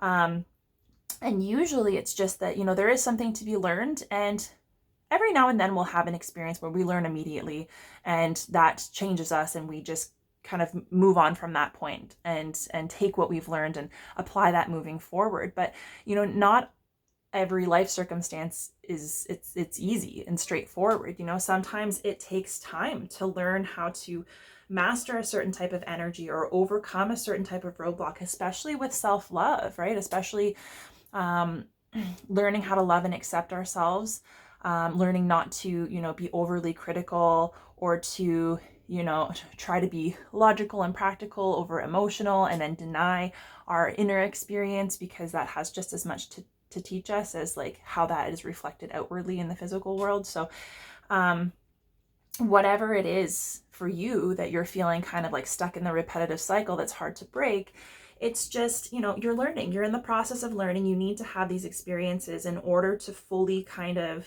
not only learn the lesson and figure out what it is for you, what it means for you, and what kind of change is going to come, but also to integrate that into your life. It takes time, it takes practice. And so if you can kind of take a look at these situations, especially if it's like you're in a situation where it's come up again and it's just frustrating for you, or it feels discouraging, try to take a look at it through the lens of like, this is practice. You know, this is practice for you to learn how to connect with something that's better for you. And you can't have the opportunity to practice something if it doesn't come into your reality, right? Because theory and thought and logic is really valuable, but it only gets you so far if you can't practice it. And so that's the same with any kind of challenge. Is like we need to experience those challenges to have the ability to make changes, right? And to introduce a new energy and to take ourselves in a new direction. And if we don't have the opportunity in our external environment, to make change and to get practice, maybe, you know, experiencing the same thing and being triggered by the same thing and responding differently or doing something differently, then we can't master it. So this really is, whatever it is for you, even if it's challenging, it really is in your best interest, and it's helping you connect to yourself. It's helping, you know, bring up whatever needs to come to a resolution, whatever needs to be changed. And it's really just about embracing that. And it's also taking accountability. Like, if you feel like the lesson keeps coming up and you should be beyond it, then perhaps there's some resistance. So maybe you have learned the lesson and you know what you should be doing differently, or you know how you'd like to approach the situation. And it's just a matter of resisting making those changes for yourself. And so a lot of times that will come down to self-love, and maybe there's something that you're telling yourself about your worth or your value, or there's some reason that you're not, you know, putting that extra bit of effort into doing what you know is best for you. And this goes hand in hand with trust the niggle, because the niggle, it's all about our intuition. It's like those gut feelings, those sensations. It's our emotions too. How our emotions go hand in hand with our physical sensations as we're experiencing things, and it gives us an idea, you know, if something is off and wrong, like we know that it's not sitting well with us. And so it's kind of like, is there anywhere in your life, especially if you're stuck in some kind of cycle that you're really struggling with, or that you feel like is kind of blocking you from really connecting to the happiness that you're looking for? Do you have any kind of nagging feelings about it? You know, is there something because this is usually a nagging feeling that you can't avoid. And it's like in the back of your mind, like, you know that you should be doing it, or you know that it's not right for you, you know, and it's just like, maybe you're just not allowing that knowledge or those feelings to have in enough weight, or as much weight as they should have, in helping you close out these cycles and handle this cyclical these patterns and these things that are looking to be healed, to handle them differently, right? And to do something that might kind of shift, right? So it could be a comfort zone, it could be self-sabotage, it could just be that you're feeling really low about yourself. And so if your mood is low, it can be really difficult to honor yourself and the feelings and that you have, and knowing when something is or isn't right for you, and have the courage to kind of step into a different energy. So it's basically saying, like, chances are you've got an idea of how you might overcome this, or even like a very basic feeling of like, this feels wrong, this feels right, that you can kind of start using to guide you in the right direction. And that's going to be helpful in healing these patterns, right? And just kind of finally getting to the point where it's like, I've learned the lesson, I've had enough practice doing things differently, I can be exposed to that same cyclical energy again and again now, but I can see it from a different perspective, and I can see where I was going wrong, or I can see how I was standing in my own way, and I am prepared, and I know what to do for myself to like to break that cycle, and to just kind of leave that in the past, to learn from it and move on, instead of trapping yourself in that constant cyclical pattern of the same thing over and over and not necessarily moving forward. And so the 10 of Pentacles is showing up in your current energy. So that is the happily ever after card. Like, that's a happy home. It is, you know, financial stability, it's abundance. It can be about having, you know, having it all, right? Like the happy home, the happy family, happy partnership. It's experiencing abundance in like the material world. And so it could be that this is something that's on your mind right now. Maybe that's what's motivating you, or maybe that's the area where these kind of repetitive cycles keep coming up. So maybe you're trying to bring in that stability, bring in that happiness, you know, either the opportunity to connect with a partner and to move toward a family, or maybe you're already on that track and it's just really, you know, trying to continue along that path, or trying to, even if you already have all of this, it could be just trying to connect with it, enjoy it and appreciate it. So however that applies to your specific situation, it seems like and it could even just be something as basic as like your stability, your financial stability, you know, material stability, having a place to live, having a solid career or job. Like, it's kind of like the fruits of your labor. It's like everything has come together, and that's either where you're at or what you're looking for. And it's like that is connected to your self-love experience somehow, right? And so if that is your main kind of area of focus, or that's the place where you feel like you're encountering that cyclical kind of energy, and that, yeah, that could be, it could be the same types of problems in relationships or in a marriage, or maybe it could be these cyclical patterns in terms of how you view yourself and your worth, and whether or not you're going to be able, like your beliefs about this stability and abundance that you'd like to connect with, or that maybe you have already connected with, and you're looking to really like appreciate or feel, or really, you know, become more present and aware of. So the challenge is coming up as the Knight of Pentacles, which is the very consistent, very slow, steady, hardworking kind of energy that, you know, it's not necessarily fun. It's not necessarily glamorous. It's all of the steps that you have to take, and all of the little day-to-day things that are required to get you where you want to go.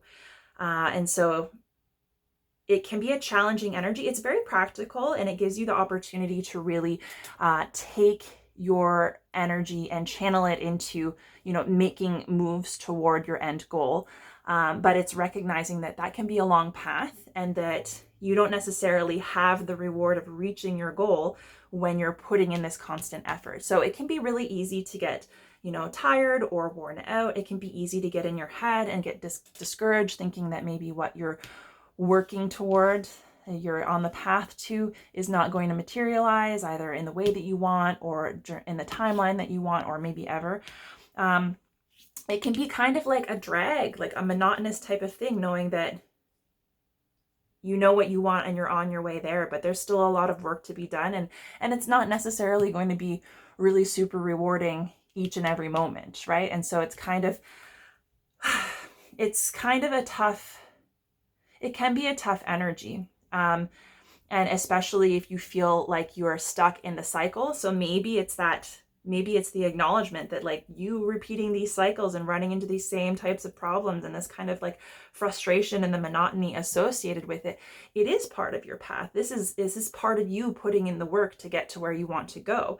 And you might be seeing it as a block that's keeping you from what it is that you're trying to bring in, and all of the love and happiness that you're trying to connect with. But this is actually part of your path. It's just the work that needs to be done. It's the groundwork. It's the non-glamorous part of elevating and healing and closing out cycles, and especially anything that is blocking you from your own self-love. And especially with the Pentacles here, especially if you put a lot of importance on money and career and finance and stability, if that's something that's really important to you, that's great. And it's important to have balance in your life in terms of, you know, the material, and, you know, some people are, right? Some people are more focused on that, and that's totally fine. But it's also like, you don't want that to block you from all of the other experiences in life, like experiencing your emotions, and connecting with other people, and, you know, connecting with your intuition, and being aware of, you know, the things that don't sit quite right with you, and what that is leading you to recognize about your situation, and what you can do differently. So it's like also not selling yourself short by focusing solely on kind of getting there in the material, and putting everything else either on the back burner, or giving it less weight in your life and your day-to-day experiences, because it seems like this kind of monotonous, step-by-step, day-by-day kind of energy is it has the ability to impede your own connection to yourself, right? So if it's because it gets you in a place of discouragement where you start doubting yourself, or your value, or your worth, or it's just kind of dragging you down because you can't see how your effort is going to pay off, that looks like it can kind of hijack you, maybe emotionally, in terms of your ability to invest in yourself in ways that aren't super practical, right? And so it's like maybe by investing more in self-care or paying more attention to your emotions, your intuition, and you know, having that inner motivation and validating yourself, right? So validating yourself, especially if the material and like having things manifest in the physical world is an important sign to you that you're on the right track and you're getting discouraged because that doesn't quite look like you want it to. It's important to also validate yourself, right? Validate yourself, the work that you're doing, the path that you're on, and the fact that you have value and worth, and you're worth, you know, investing in on an emotional level and feeling good about yourself regardless of what step you're taking or what stage you're at. And your recommended energy is the Three of Wands, which is, you know, it's about opportunity. So it's kind of like, it's connecting to your passion. It's having like enthusiasm. And sometimes it's also a matter of, you know, connecting with more creativity in your life, giving yourself more room to connect with anything that is, you know, passionate and inspiring, the things that make you feel really alive. And yeah, like kind of maybe balancing out the more practical areas of focus and even channeling some of that energy and enthusiasm into the stuff that isn't as exciting, right? So it's like figuring out what makes you feel alive and like how you can incorporate that into your day-to-day, and infuse yourself. So it's like, instead of working for a goal that's like, you know, outside of you, it's like infuse yourself into that goal and like make it your own, right? And so connecting with that energy and enthusiasm is going to help you do that. But it's also, this is a card of opportunity. Like you've got a lot of options. There are so many ways that things can unfold, and the more aware you are of what excites you and what's important to you, and the more that you allow that to lead you in that direction, it's going to help you stay motivated. But it's also going to give it more intrinsic value, especially when things are feeling slow and you're feeling blocked, or you're like, why am I running into this again? Like, what is wrong with me?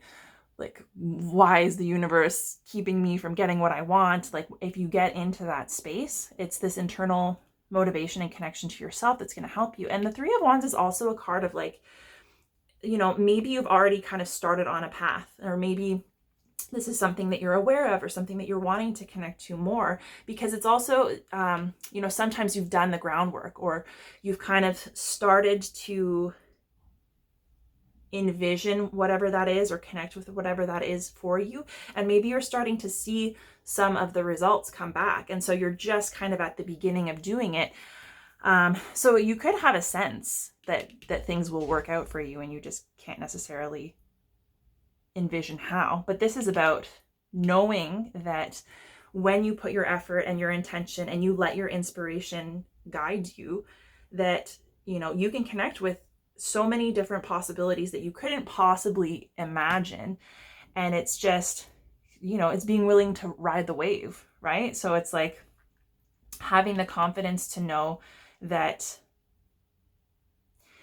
you can still, you know, trust the process and trust that you'll get to an outcome that is going to be like, it's going to help you connect more with love and happiness if you start honoring and trusting yourself and recognizing that these cycles are here to help you learn and grow, and to kind of like help you make the most of it, right? And to appreciate that what you've been through allows you to approach that same stale old energy and those same old cycles that you might encounter even outside of yourself or in relationships, and that you can approach that with a new perspective and different knowledge based on what you've been through and what you've tried and what you've learned from past experiences of a similar nature.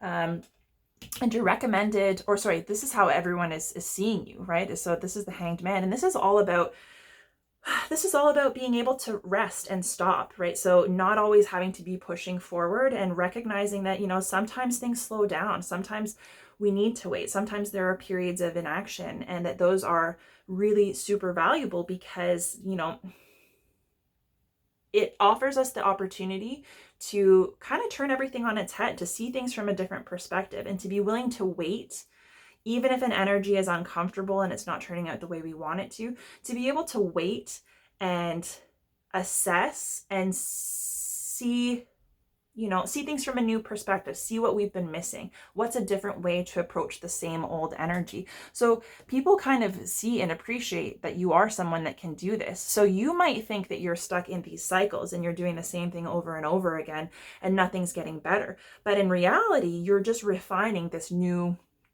perspective, right? And so it's like, I think other people can see that and appreciate that about you, whether you know this or not. And it's kind of like, you might just be being too hard on yourself. You might just be judging yourself and too much, not having enough distance from your own personal experiences to be able to kind of, have that bigger picture view. And so I think people see you as somebody who, maybe what you want hasn't been materializing, or maybe you have been repeating the same kind of cycles over and over again, and that feels discouraging to you. But I think other people see that as a strength, that you're able to handle that.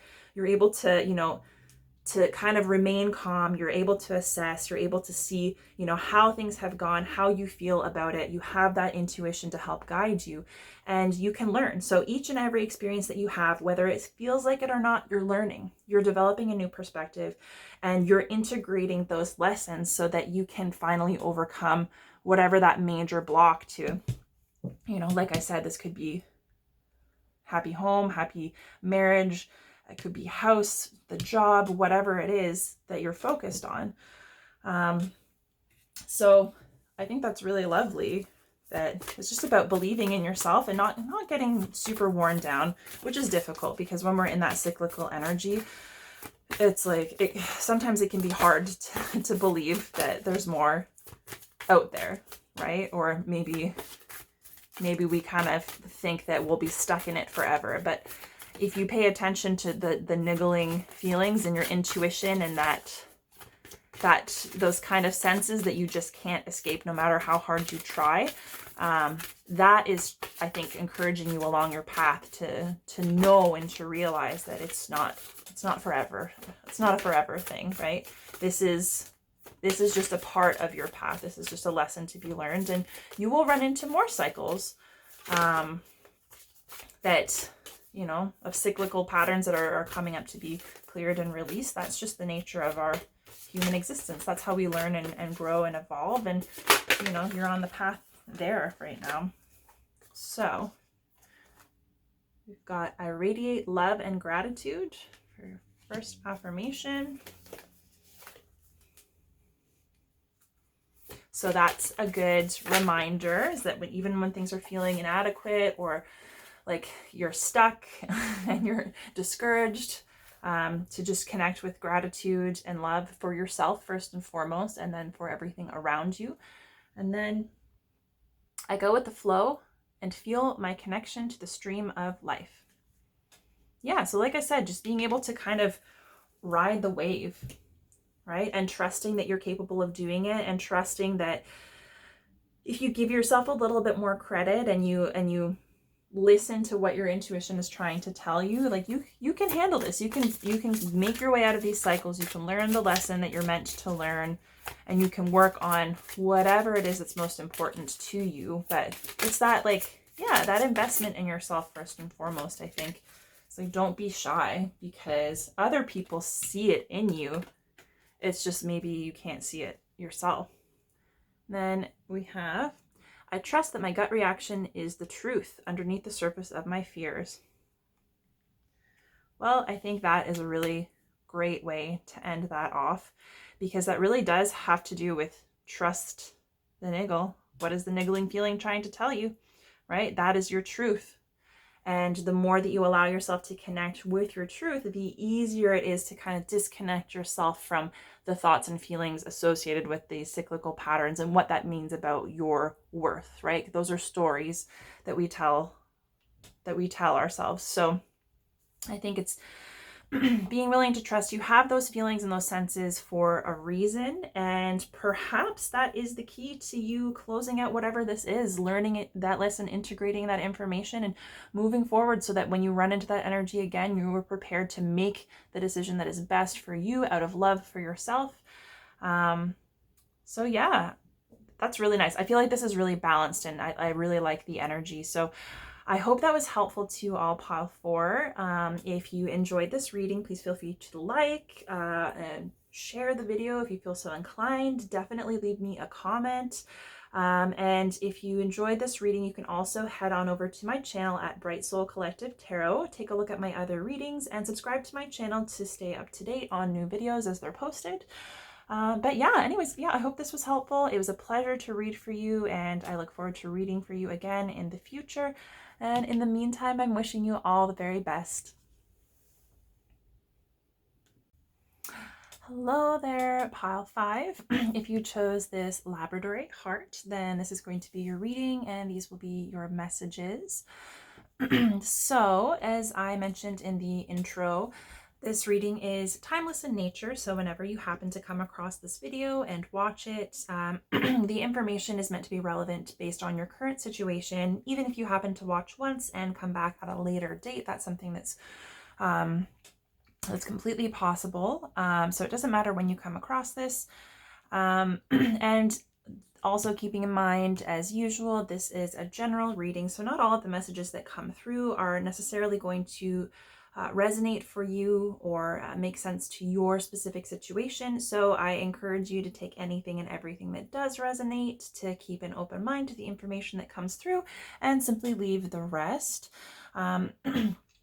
So this is going to be all about love, self-love, self-acceptance, connecting more with love and appreciation for yourself and your good qualities, to help connect you more to yourself, to help your relationship to self, and, you know, really kind of encourage you to focus on anything that's going to build you up, in the hopes that that is also going to be reflected. Your love for yourself is going to be reflected out, and it is setting the tone for all of your other relationships and experiences. So I'm hoping that we can connect you with something positive and encouraging. I have your 2 oracle cards here ready to go. And then we will pull some tarot cards and finish off with some affirmations. So we'll start off. So your first oracle card is to be fair. Right. And your second is Star Mother. And it says, how can you mother yourself?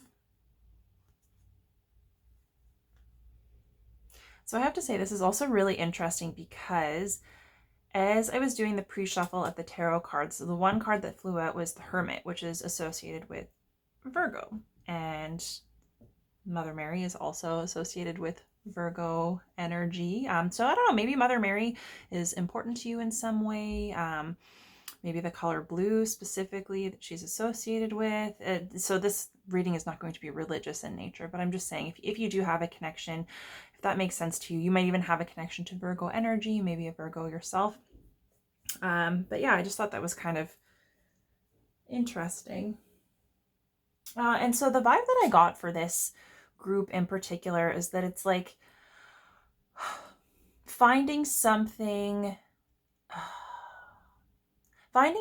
that is the right fit for you. I feel like maybe it's been difficult to find people that are on the same page, or I get the sense that, like,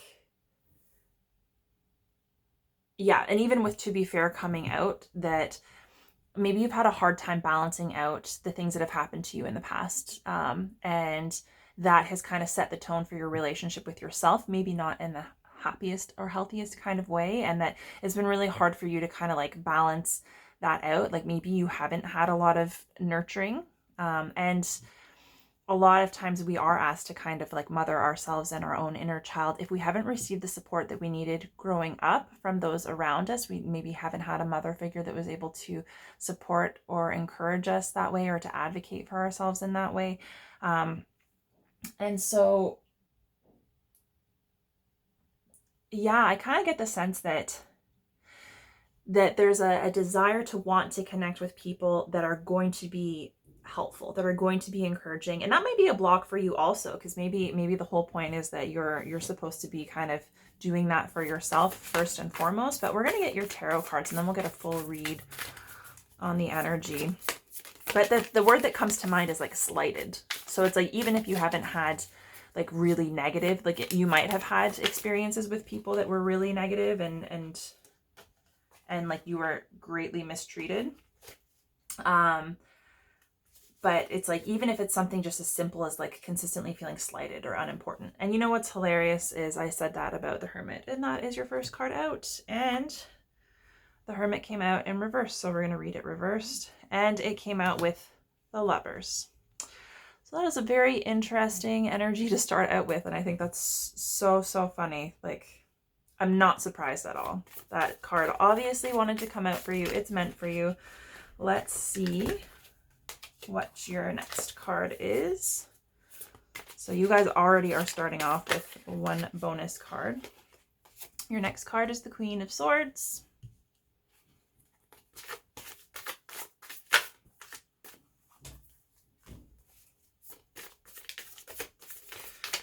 Okay. Let's see if we can get some advice.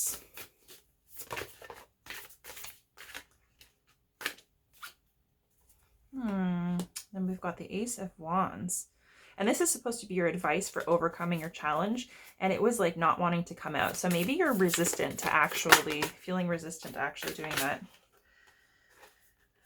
Okay, and your final card is the Hanged Man, which is really interesting as well because the Hanged Man was the last card for pile 4 as well.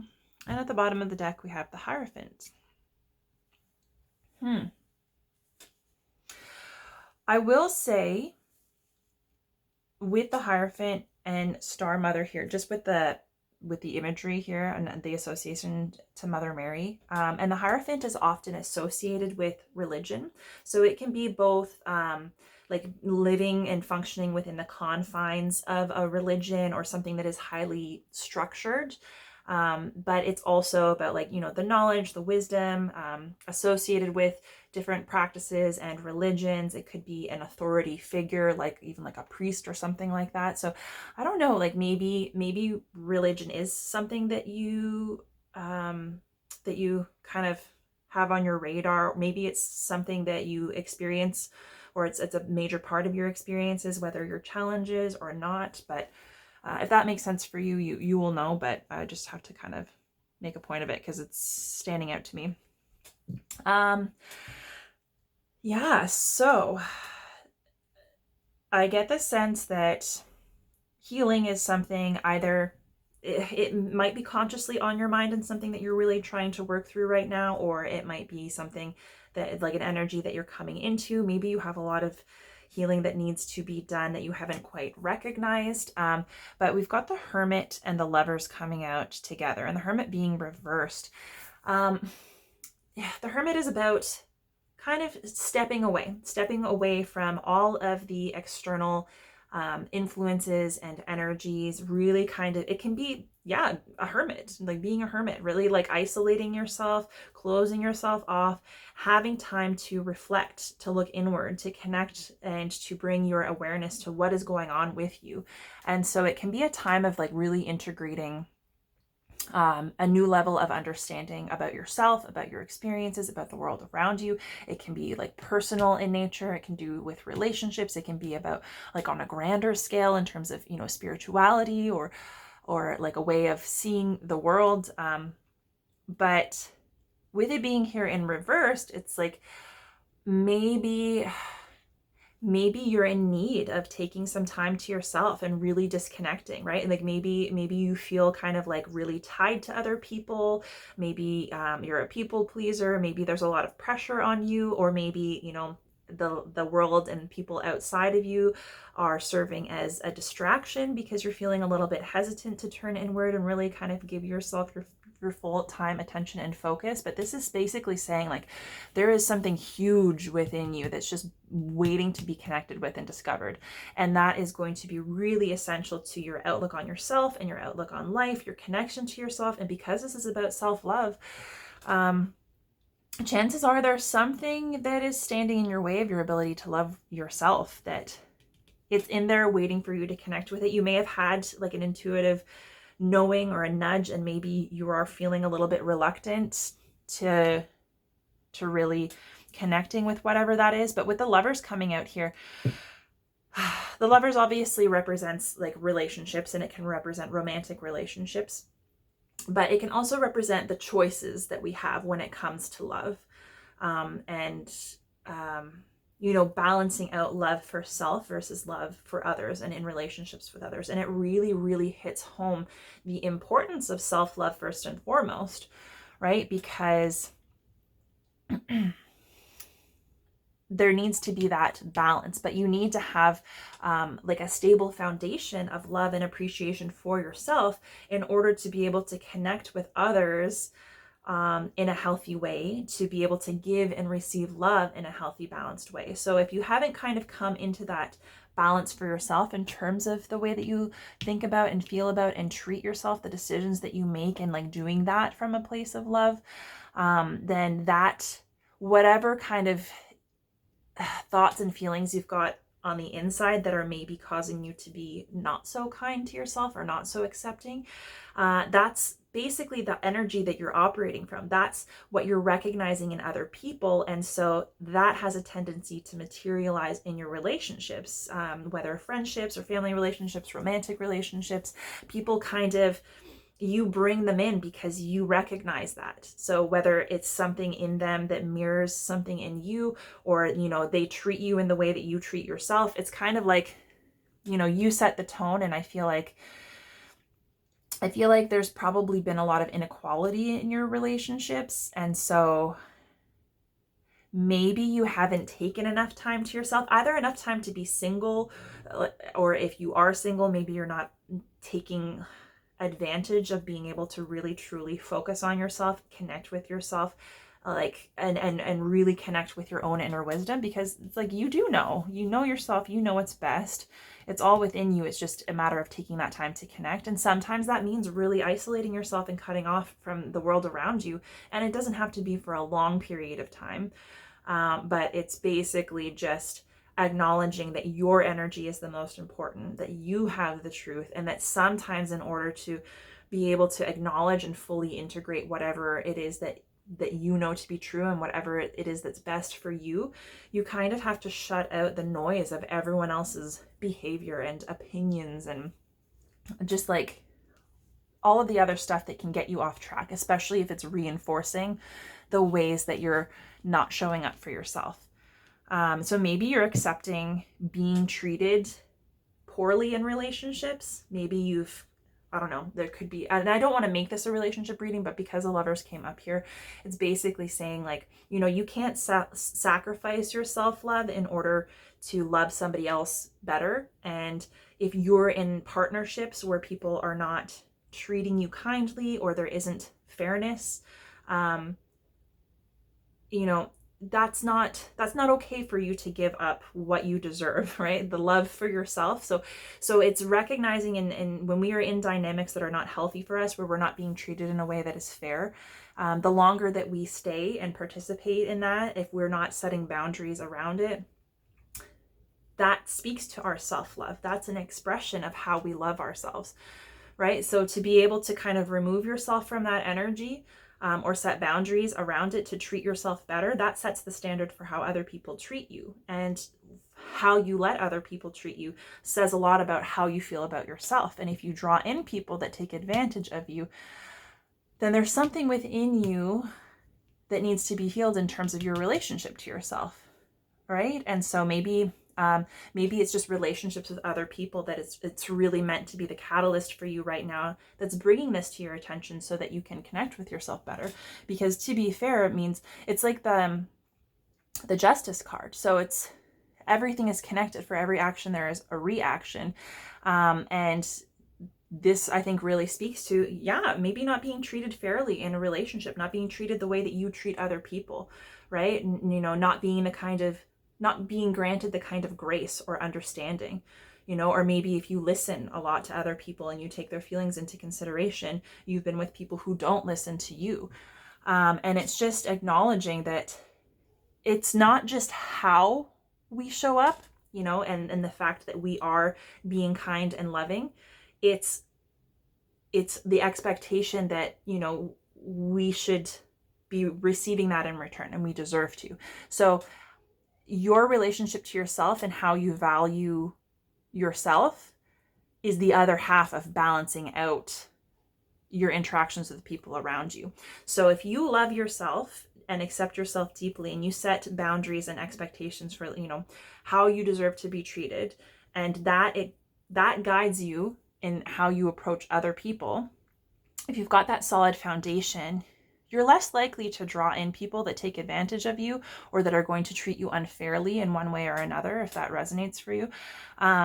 And if you do encounter those people, then you're going to know how to handle it in a way that protects you and protects your energy. And you know, you take care of yourself first from a place of love, and loving yourself. So self-love means that, you know, you're not going to tolerate, especially if it's like abusive behavior. And I understand that situations, especially around abuse, it's not cut and dry. It's not just easy to remove yourself from it. I'm not trying to insinuate if that is something that you're experiencing, but it's basically saying like, this is the lesson, is that at the end of the day, you've got to be number one, and you've got to have that love and respect for yourself, because that sets the tone for how other people perceive you, and, you know, how they're going to show up, how they're going to treat you.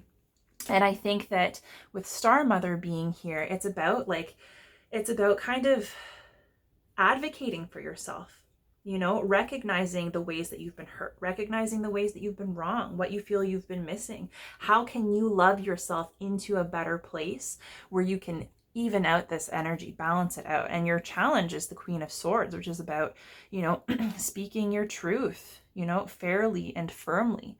And recognizing that sometimes being fair and doing what's right and honoring your own personal truth, it's not necessarily going to be what other people want to hear. It's not going to be pretty, you know, chances are, you know, feelings might be hurt. People will not be happy with the outcome, but it's knowing that when you're doing it from a place of honesty and fairness, and you're taking into consideration not only like the logical, practical kind of aspects of it, but also like emotion and intuition, and you're making a fair decision or a fair judgment, and you're speaking respectfully and fairly when you're presenting yourself, that, you know, that's all you can do. And maybe it's difficult for you to speak your truth. Maybe it's difficult for you to stand up for yourself because you're afraid of how that's going to be received. Or maybe you've tried in the past and it's not received well, and it makes your situation worse.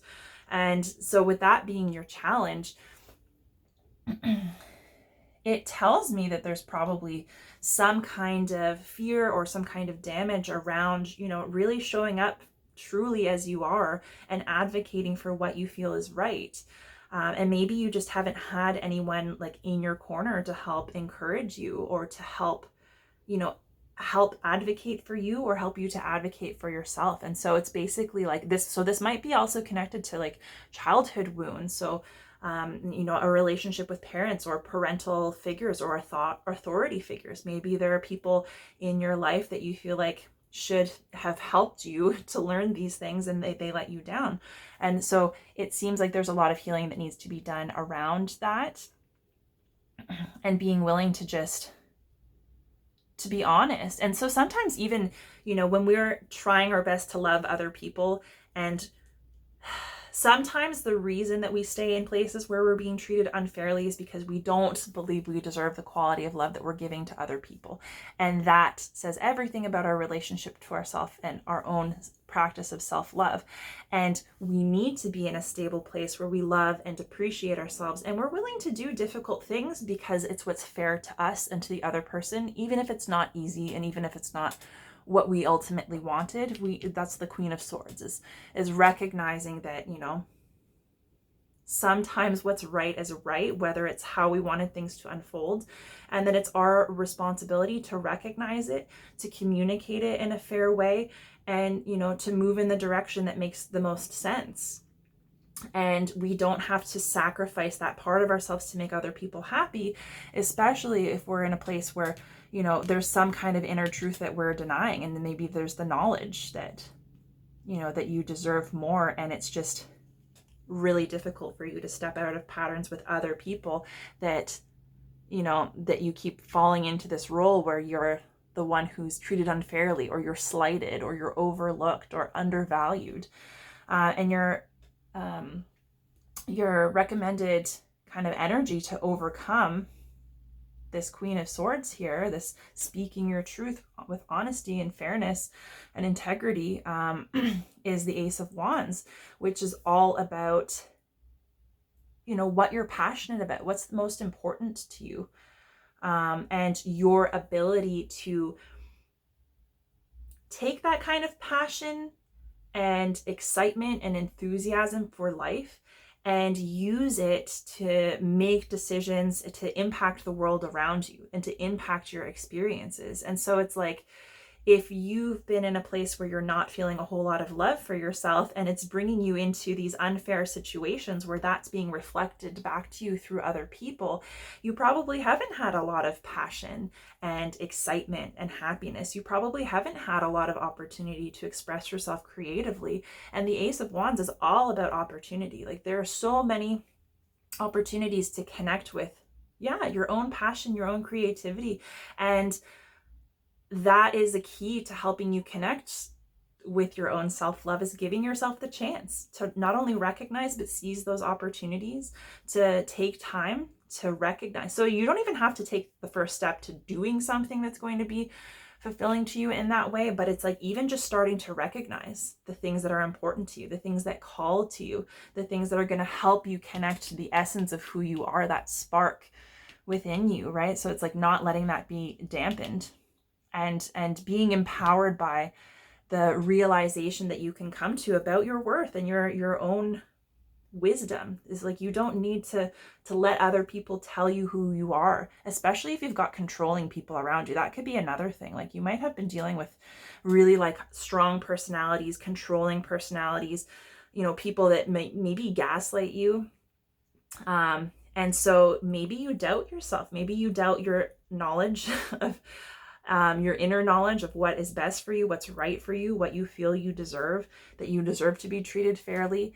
And so it's about like reigniting that spark, because I kind of feel like maybe it's fizzled out, or it's been smothered by someone else. And that could just be for the sake of them pushing you in a direction that they want you to go in. But yeah, so I think that's going to be really important, to just give yourself the opportunity to connect with yourself, the things that you feel passionate and enthusiastic about, and know that that's an integral part of who you are. Then that's an important key to your own self-love, because those are the practices that you are going to be able to connect to yourself, that are going to improve your self-worth, that are going to be investments in your health and your happiness.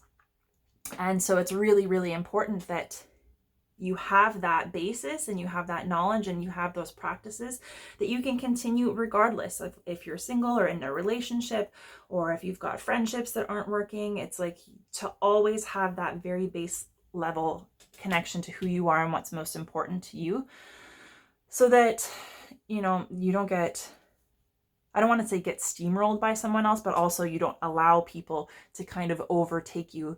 Because if you have knowledge of what's important to you and you know it's important to hold on to that, then you're not going to be allowing anybody to overstep in a way that is unfair to you. And you're not going to be overstepping and treating other people in a way that's unfair, because you understand the need for everybody to have their own kind of individual practices, their own self-love, their own self-care, and, you know, to connect with that love for themselves so that they can share that with other people. So it's like codependence may also be something that you've struggled with in the past. And yeah, so the way that the people around you see you is the Hanged Man. And so it's like, it's somebody who's able to kind of like make the best of a bad situation, or, you know, take a pause. And it might not be immediate, but take a pause to reflect on what has happened, and to kind of come to an understanding that things aren't always what they seem, and the way that we initially perceive situations isn't necessarily correct. And there's an opportunity. It's almost like being able to see a silver lining, or being able to understand and grow and evolve from the experiences that you have. But it's being able to wait for long enough especially in like in uncomfortable or stagnant situations where things feel like they're not moving forward, and waiting, because you can see, you are being given the opportunity to see something from a completely different perspective. And people see your ability to do that. They see your ability to kind of like turn a situation on its head, and maybe even like alchemize it, right? Like turn it into something that's going to be empowering, right? Or, you know, coming to realizations as a result of something that could be perceived as negative, and turning that into something positive for your own growth. So people see that you're able, you know, you're able to handle the struggle, you're able to handle things not necessarily moving forward or panning out, and you're always kind of taking in information and looking to see how your perspective can be shifted. And so it's just a matter of whether you realize this or not. It might be that you're running into these same kind of situations where you're not being treated fairly, or you feel like things are just not going the way that they should be going based on who you are and how you treat other people, that you're not getting what you deserve in return. And it's basically kind of like there is an opportunity for you to kind of approach this challenge from a different perspective that's going to allow you to extend more love and kindness and compassion to yourself. And I think that's an important part of being the hermit, and kind of being willing to isolate. And you might not be isolated by choice. It might be that there's just not a lot of options, or there's not a lot going on, and you're kind of resisting that. And it's a really beautiful time for you to kind of take note of everything that's happened, and you know, what you've learned, what you've kind of been through, and how that has impacted the way that you see yourself in the world. And it's like there's a realization kind of like just waiting for you to connect with it. And I think it's just maybe getting yourself into a place where you're willing to allow yourself to be a little bit more passionate about life, to stoke the things that really kind of bring you life and make you feel enthusiastic, because it's difficult to do something with a new perspective if you're not feeling enthusiastic or motivated to move forward. So I am going to get to affirmations to finish that off. This particular reading has kind of been like weird and confusing. Like, I don't know, maybe you guys are feeling a little foggy about what exactly has been going on. Like maybe you disconnected. Maybe you've been trying not to think about it so that you don't fully have to come to whatever this realization is. I'm not sure. But it's kind of like whatever this is, people see that you can make it right for yourself. And everything will balance out. If you're doing what's right for you, and you're treating yourself right, and you're making the decisions that are empowered in your best interest, it will balance out, and you will experience fairness, and you will bring people in who are able to approach you on that level. So we've got, I'm mindful at all times and live only within each moment I have. So not getting too far into your head or overanalyzing, but being willing to connect with things as they are. I forgive myself and set myself free. Yeah, so it's like not holding on to any guilt or shame. And also, to be fair, is about not playing the blame game. So like if things aren't working out or you're not being treated fairly, instead of blaming other people or blaming yourself for not doing enough or blaming the universe for putting you in this position, it's recognizing that, you know, that we have a lot more power than we realize, and that a lot of times, even if stuff doesn't seem fair, it's a reflection of how we're thinking or feeling, even it's like subconsciously. And it's not that we're getting it because we deserve it, but it's trying to teach us something about our current situation, especially if it's feeling negative. It's helping to connect you with something that feels more positive. And that probably just has to do, it's probably just going to require some healing and, like, you know, mothering and nurturing yourself, advocating for yourself, and prioritizing your own self-love and self-care. Like that is this, you know, treat yourself with kindness and compassion. Treat yourself, you know, like you wish your mother would treat you, right? Just unconditional love. Right. And then we've got Presence is my power. And I think that goes really nicely with I'm mindful at all times and live only within each moment I have. So not getting too far into your head. Your power is in the present moment. How you approach it, how you feel about it, the decisions that you make now are what shape your experiences as you move through them. And the more present you are, the more aware you can be of if it's the right decision for you. And if not, how can you kind of move in the direction of correcting that for yourself from a place of love. So I hope this was helpful for you, pile 5. I hope this made sense. If you enjoyed this video, please feel free to like and share or leave me a comment and let me know. If you did enjoy this reading, you can head on over to my channel at Bright Soul Collective Tarot and check out some of my other readings. And if you subscribe to my channel, you'll have access to my videos as soon as they are posted. So it has been a pleasure to read for you, pile 5. I hope you enjoyed, and I hope I have the opportunity to read for you again in the future. And in the meantime, I'm wishing you all the very best. Hi there, pile 6. If you chose this clear quartz, then this is going to be your reading, and these will be your messages. As I said in the intro, this is a timeless reading, so whenever you happen to come across and watch this video, these messages are meant to be relevant given your current circumstances.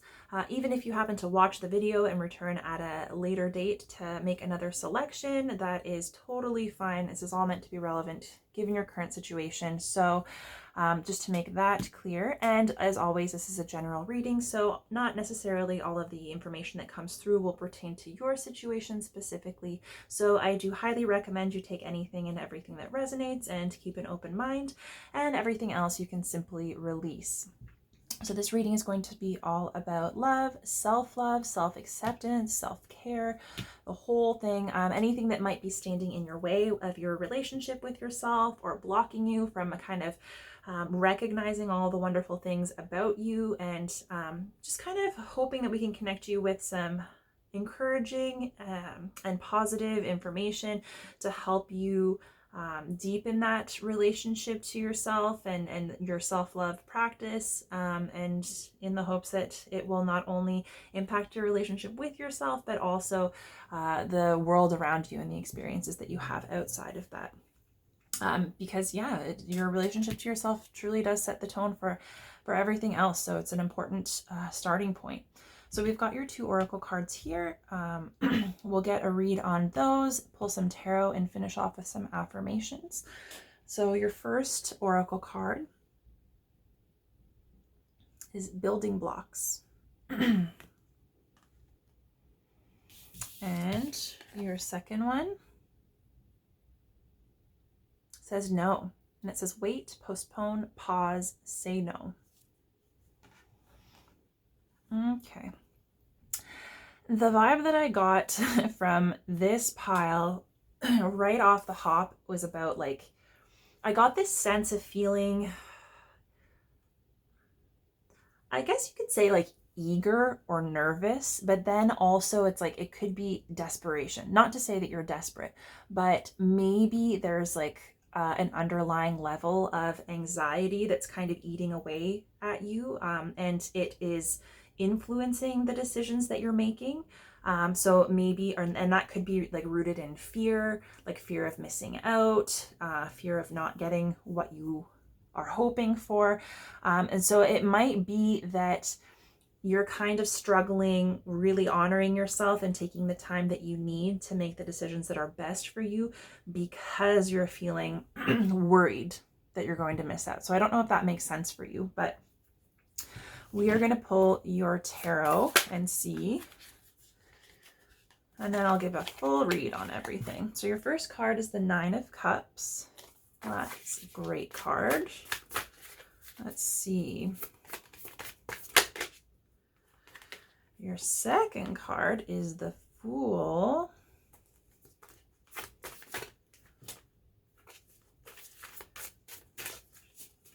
Let's see. And your third card is the Ace of Swords. Kind of not surprised to see that here.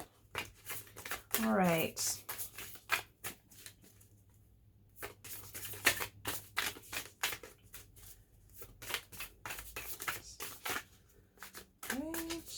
get one more tarot card.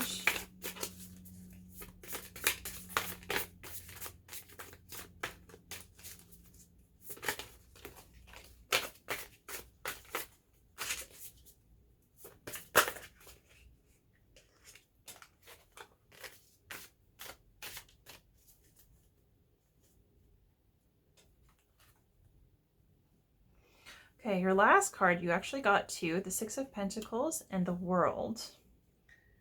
And at the bottom of the deck is the Seven of Pentacles. Ooh, this is, wow, this is kind of like, this is a complex kind of energy. And I would like to point out that we've got Pentacles and Cups and Swords. We do not have any Wands. So this is like multifaceted energy right here. Okay, so to start off, so building blocks is all about, it's all about investing in your foundation, right? So I don't know, maybe you're in a position where you've really been working on your foundation. You've been working on being mindful about what it is that you want to create, how you want to feel, what you want to manifest in your life, what's most important to you, and recognizing that you need a firm kind of, you have to have clarity about what you're looking for the future, but you also kind of have to do the work to establish a strong foundation that's in alignment. So whether this is something that you're consciously aware of and working on, whether it's been kind of leading you here or to right here and now, or maybe this is, you connecting with just visiting what foundation you've built for yourself. So this could be, in terms of money and career and like practical financial stability. It could be emotional. And because this is a self-love reading, it's like all of those things play into your relationship to yourself, how you view yourself, what you want for yourself, and how that relationship to yourself influences the decisions that you make and the way that you go about moving through life. And so with building blocks here, maybe you're working on getting to a level of stability that's going to allow you to connect with the things that you want. So, for example, if what you want is to be, happy and healthy and confident and, fulfilled for yourself, and then, for example, to connect with somebody who's in that space to have a happy, healthy relationship and to form a life together, it's recognizing that the way that you treat yourself now, the things that you believe, the things you say and think and do, that is setting the foundation for whatever you're trying to bring in. And so while we are working toward goals and a vision for the future, it's important to see, are the actions that we're taking right now aligning with that energy that we want to bring in? So for example, if you're trying to manifest abundance and you're saying like, I want to work toward, having $1 million in the bank, but on the inside, you are fearful about your ability to manifest abundance. You're fearful about career. You're fearful about spending and saving, and you feel like you don't have enough. Then it's like, are the decisions that you're going to be making and the things that you're going to be feeling really going to take you in the direction that you need to go in order to become a millionaire, right? So it's like, we like to focus on the future, but it's also recognizing that what we are doing right now determines where we're going to go. And if the decisions that we're making right now and these building blocks of our foundation are not in alignment with what the future or what the end, structure or building is going to look like, then, it doesn't matter what we've planned for ourselves, because right now in this moment we are building that foundation, and we need to be accountable to ourselves. So maybe this is something that you're recognizing, and it's really important for you to be discerning, right? And recognizing like, hey, if I want a loving, honest relationship, I need to be loving and honest in my connection with myself. And so it could be that is your focus. And then with no coming up here, it's basically saying, especially like if you are in a place where you're setting the foundation. So maybe you don't realize that this is what's going on. Maybe you're focused on what you want in the future, and you're kind of like, okay, I'm tired of where I am right now, or I've done enough and I'm ready for the next step. With no coming up here in the sense that I got around maybe having a bit of anxiety or feeling like really eager to like move ahead. With no being here, yeah, it kind of indicates to me that maybe you might be prone to making decisions that aren't, the best for you or aren't aligned. Or maybe you're saying yes to things that you're not like 100% sure on. And so the things that you're saying yes to that don't necessarily fully align with what you're trying to build could be kind of slowing the process, right? Especially when it comes to your ability to connect with and value yourself. If you're selling yourself short and making decisions that don't honor who you are and what's most important to you, it's really difficult to love yourself. It's really difficult to feel good about yourself because on a very core basic level, you're consistently making decisions that are denying your own needs. And so saying yes when you want to say yes and no when you want to say no is one of the most basic forms of self-love and self-care, because it's recognizing that you can make the decision that is most important to you or most healthy for you, even if it's a difficult decision to make, even if it's difficult to say no, or even if it might disappoint someone or hurt their feelings. It's recognizing that it's all about alignment. It's all about building the foundation that you want for yourself. And so if there's something, especially right now when you're watching this video, if there's something on your mind, something that you're kind of like hemming and hawing over, or you're not quite sure on, especially if it's something that you're feeling a little bit pressured to move forward on without clarity, now is probably a good time not to make a decision. It doesn't mean that you have to say no, but you might just need a little bit more time. You might need to take a pause, maybe take some time to connect with yourself and see if it's really aligning with what you want. And not being afraid that not being afraid to say no, even if it does end up disappointing somebody. It's recognizing that that's just as important as saying yes, and that sometimes saying no to certain situations, especially if they're not aligned in our highest interests and they're not really supporting us being the best version of ourselves, sometimes just waiting and saying no to the things that don't quite align, it just gives us the opportunity to connect with something that is going to be a 100% yes, that is going to be in alignment. And waiting for that one thing is going to put us so much further ahead than constantly just trying to like do everything all the time and please everyone all the time, right? So it's like, instead of saying yes half-heartedly, to things that aren't necessarily right for you and trying to make them work, that energy and effort is being put in a direction that doesn't necessarily take you where you want to go. And so if you can kind of withdraw and find some comfort in waiting,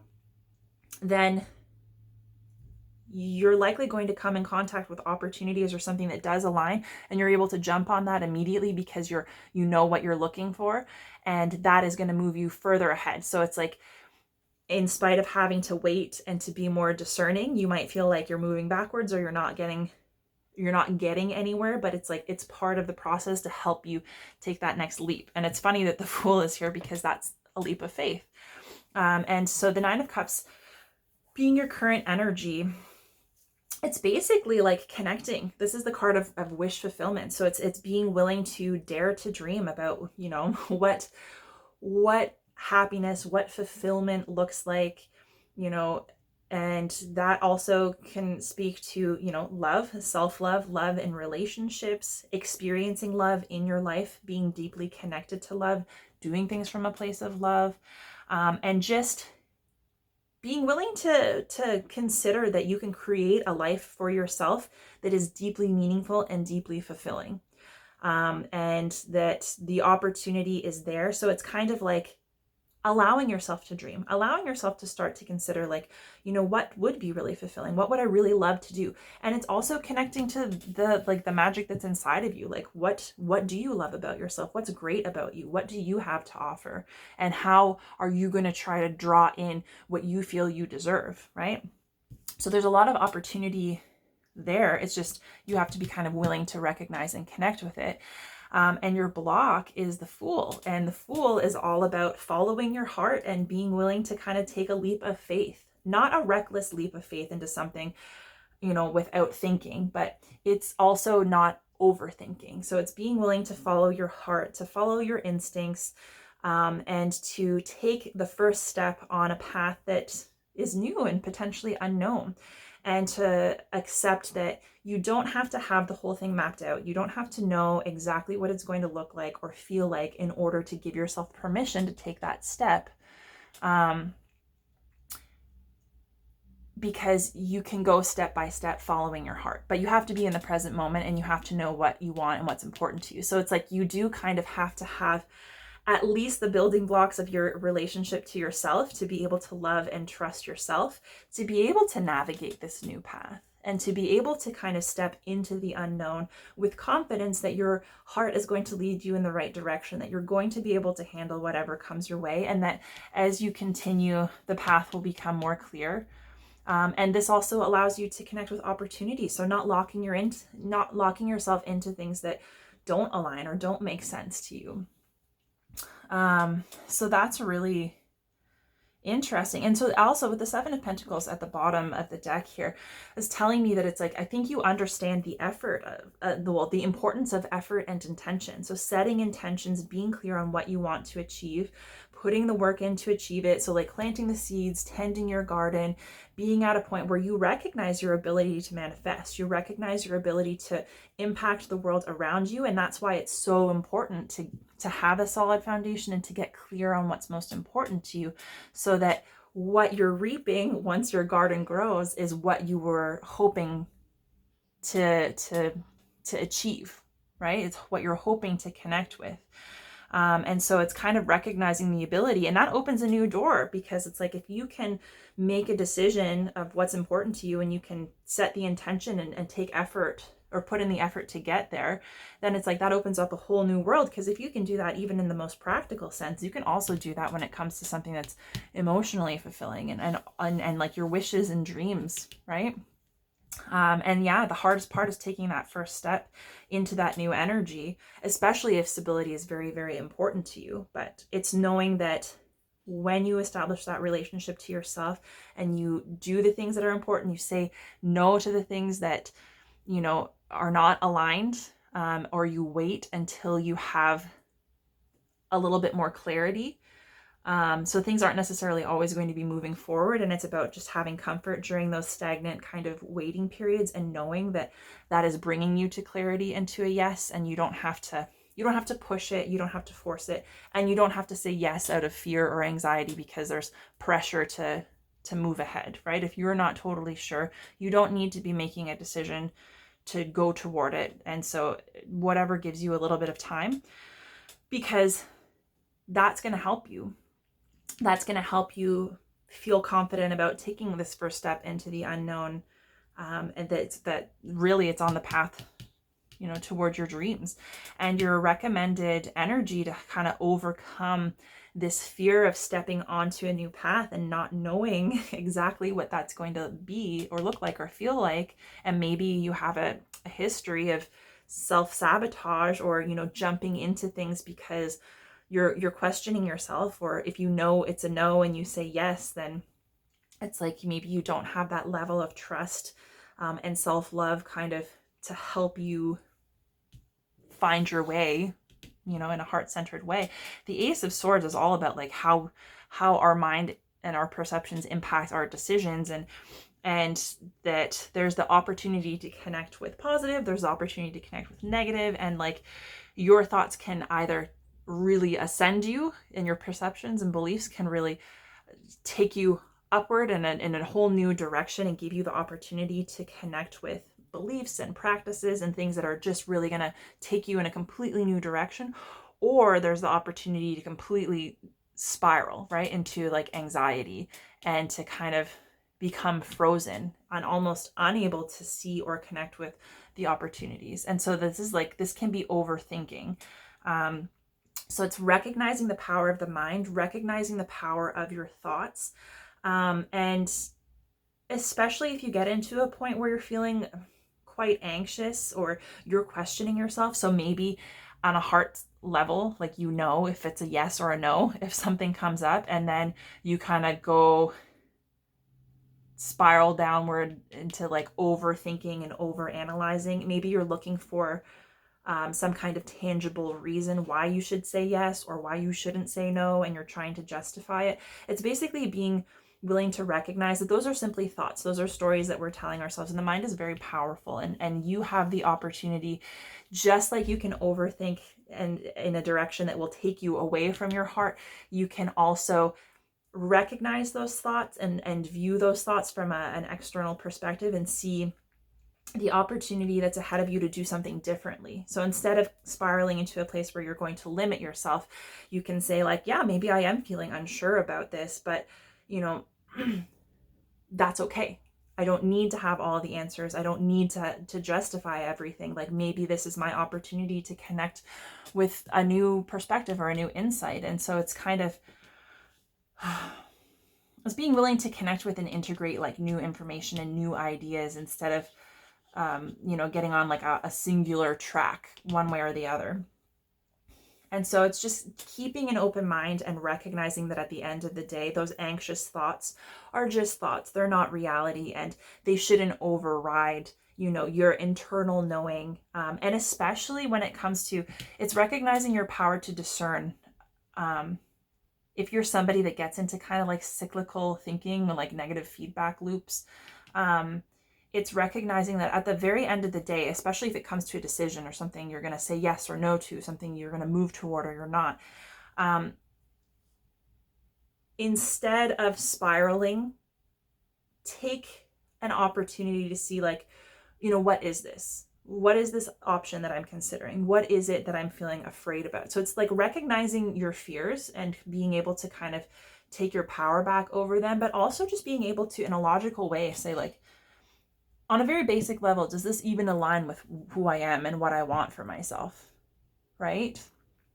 And not getting yourself into a place where it's like, oh, well, I should say yes because this person did this for me and I owe them, or I should say yes because this could be something, that I end up benefiting from. And it's like, if you're trying to talk yourself into it or talk yourself out of it, then there's something in your core that you're sensing that you're basically like, you're at odds with yourself. So it's recognizing that you have the ability to kind of examine what's going on in your thoughts and your feelings, and that coming back to this basic foundation that you're creating for yourself and a level of clarity on who you are, what's important to you, and what you want to bring into your life.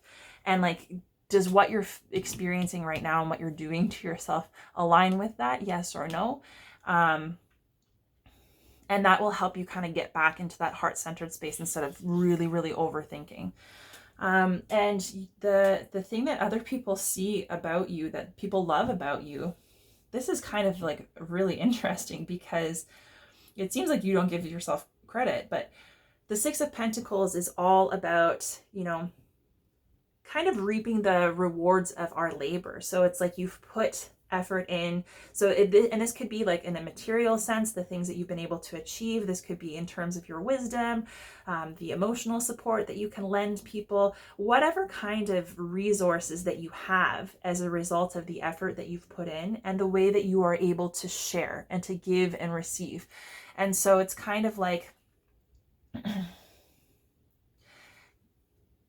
being willing to share the love, being willing to celebrate and enjoy the fruits of your labor, to recognize that like, hey, I've gotten to this solid foundation as a result of a whole bunch of experiences that I've been able to learn and grow from. And like, that's why I am where I am now.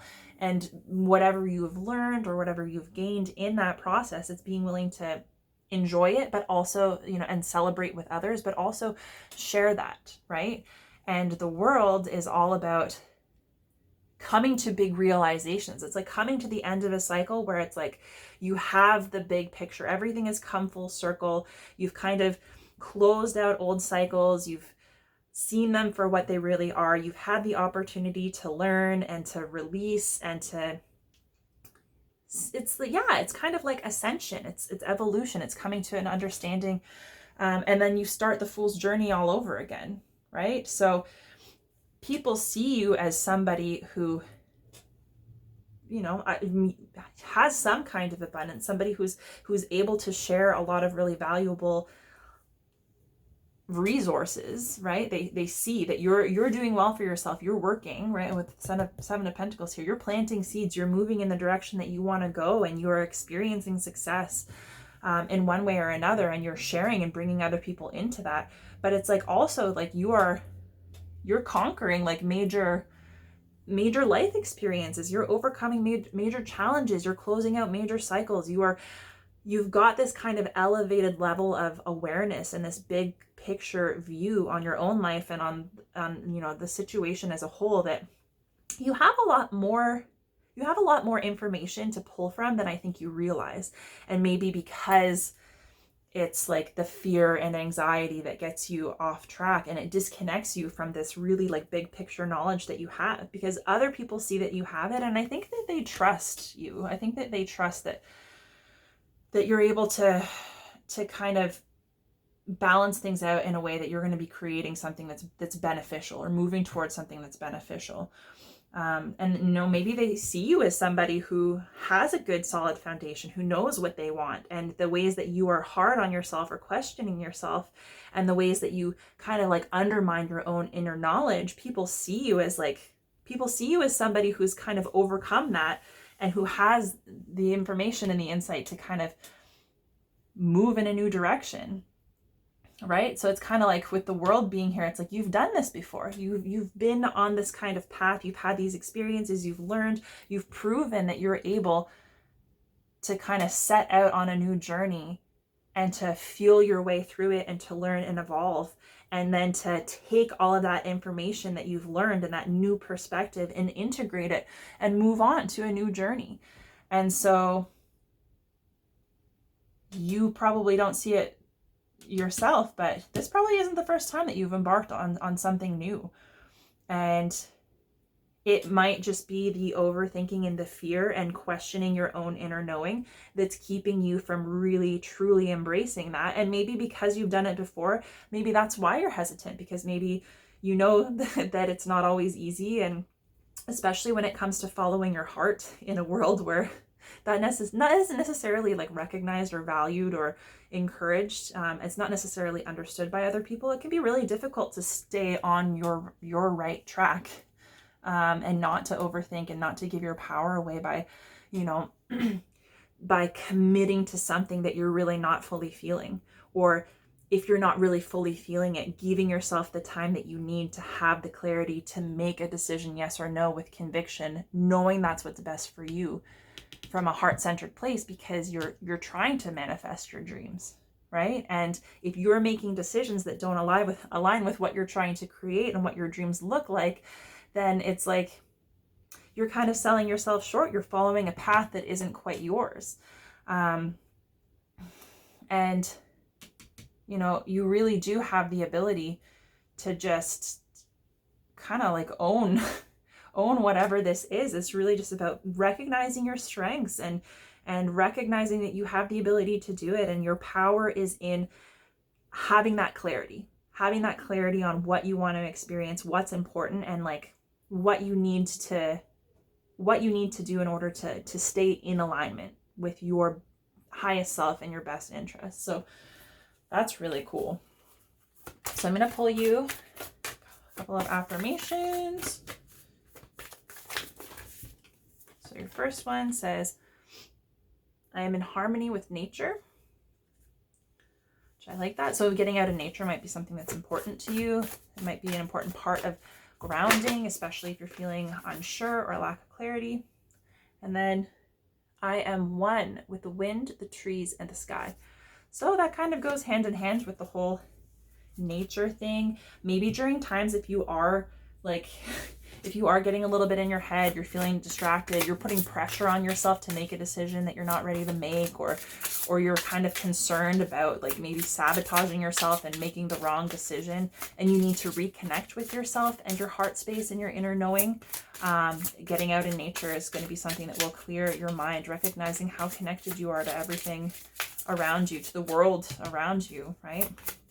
And getting grounded, because there's the pentacles here, right? And this is an energy, is very stable energy of being able to like see something through and experience, you know, success see the hard work coming to fruition, right? So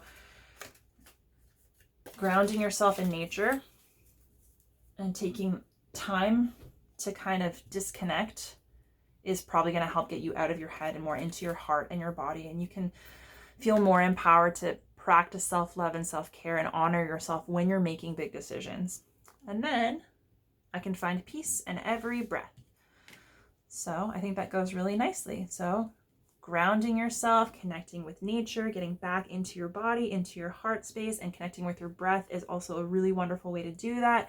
Also, I will say forest bathing is something, if you are somebody who connects with nature, if nature is really important to you, with trees being here, breath, I'm in harmony with nature. Forest bathing, I'm not going to bore you with it, but you can do the research. It's proven that like long walks in the forest, that we actually, it's some kind of like chemical or something that the trees put off and we inhale it. And it actually is like really super beneficial for us. It kind of like helps us relax. So there are actual like benefits to getting out in nature and walking in the forest. And if that's something that's important to you, and if that's something that resonates, that might be something that you want to look into, because if you need extra motivation to do it. But anyways, pile 6, that was your reading. I hope that this was helpful. I hope it resonated for you. If you enjoyed this reading, please feel free to like and share or leave me a comment and let me know. And if you are interested, you can hop on over to my channel at Bright Soul Collective Tarot and take a look at my other readings. And if you subscribe to my channel, you can stay up to date on new videos as they're posted. But yeah, it's been an absolute pleasure to read for you. I really like this energy. There's so much opportunity here, and it's just like, yeah, don't hold yourself back. You've got it all. And it's just taking the time to connect with it. So I think that's really beautiful. So yeah, it's been a pleasure, and I look forward to reading for you again in the future. And until then, I'm wishing you all the very best.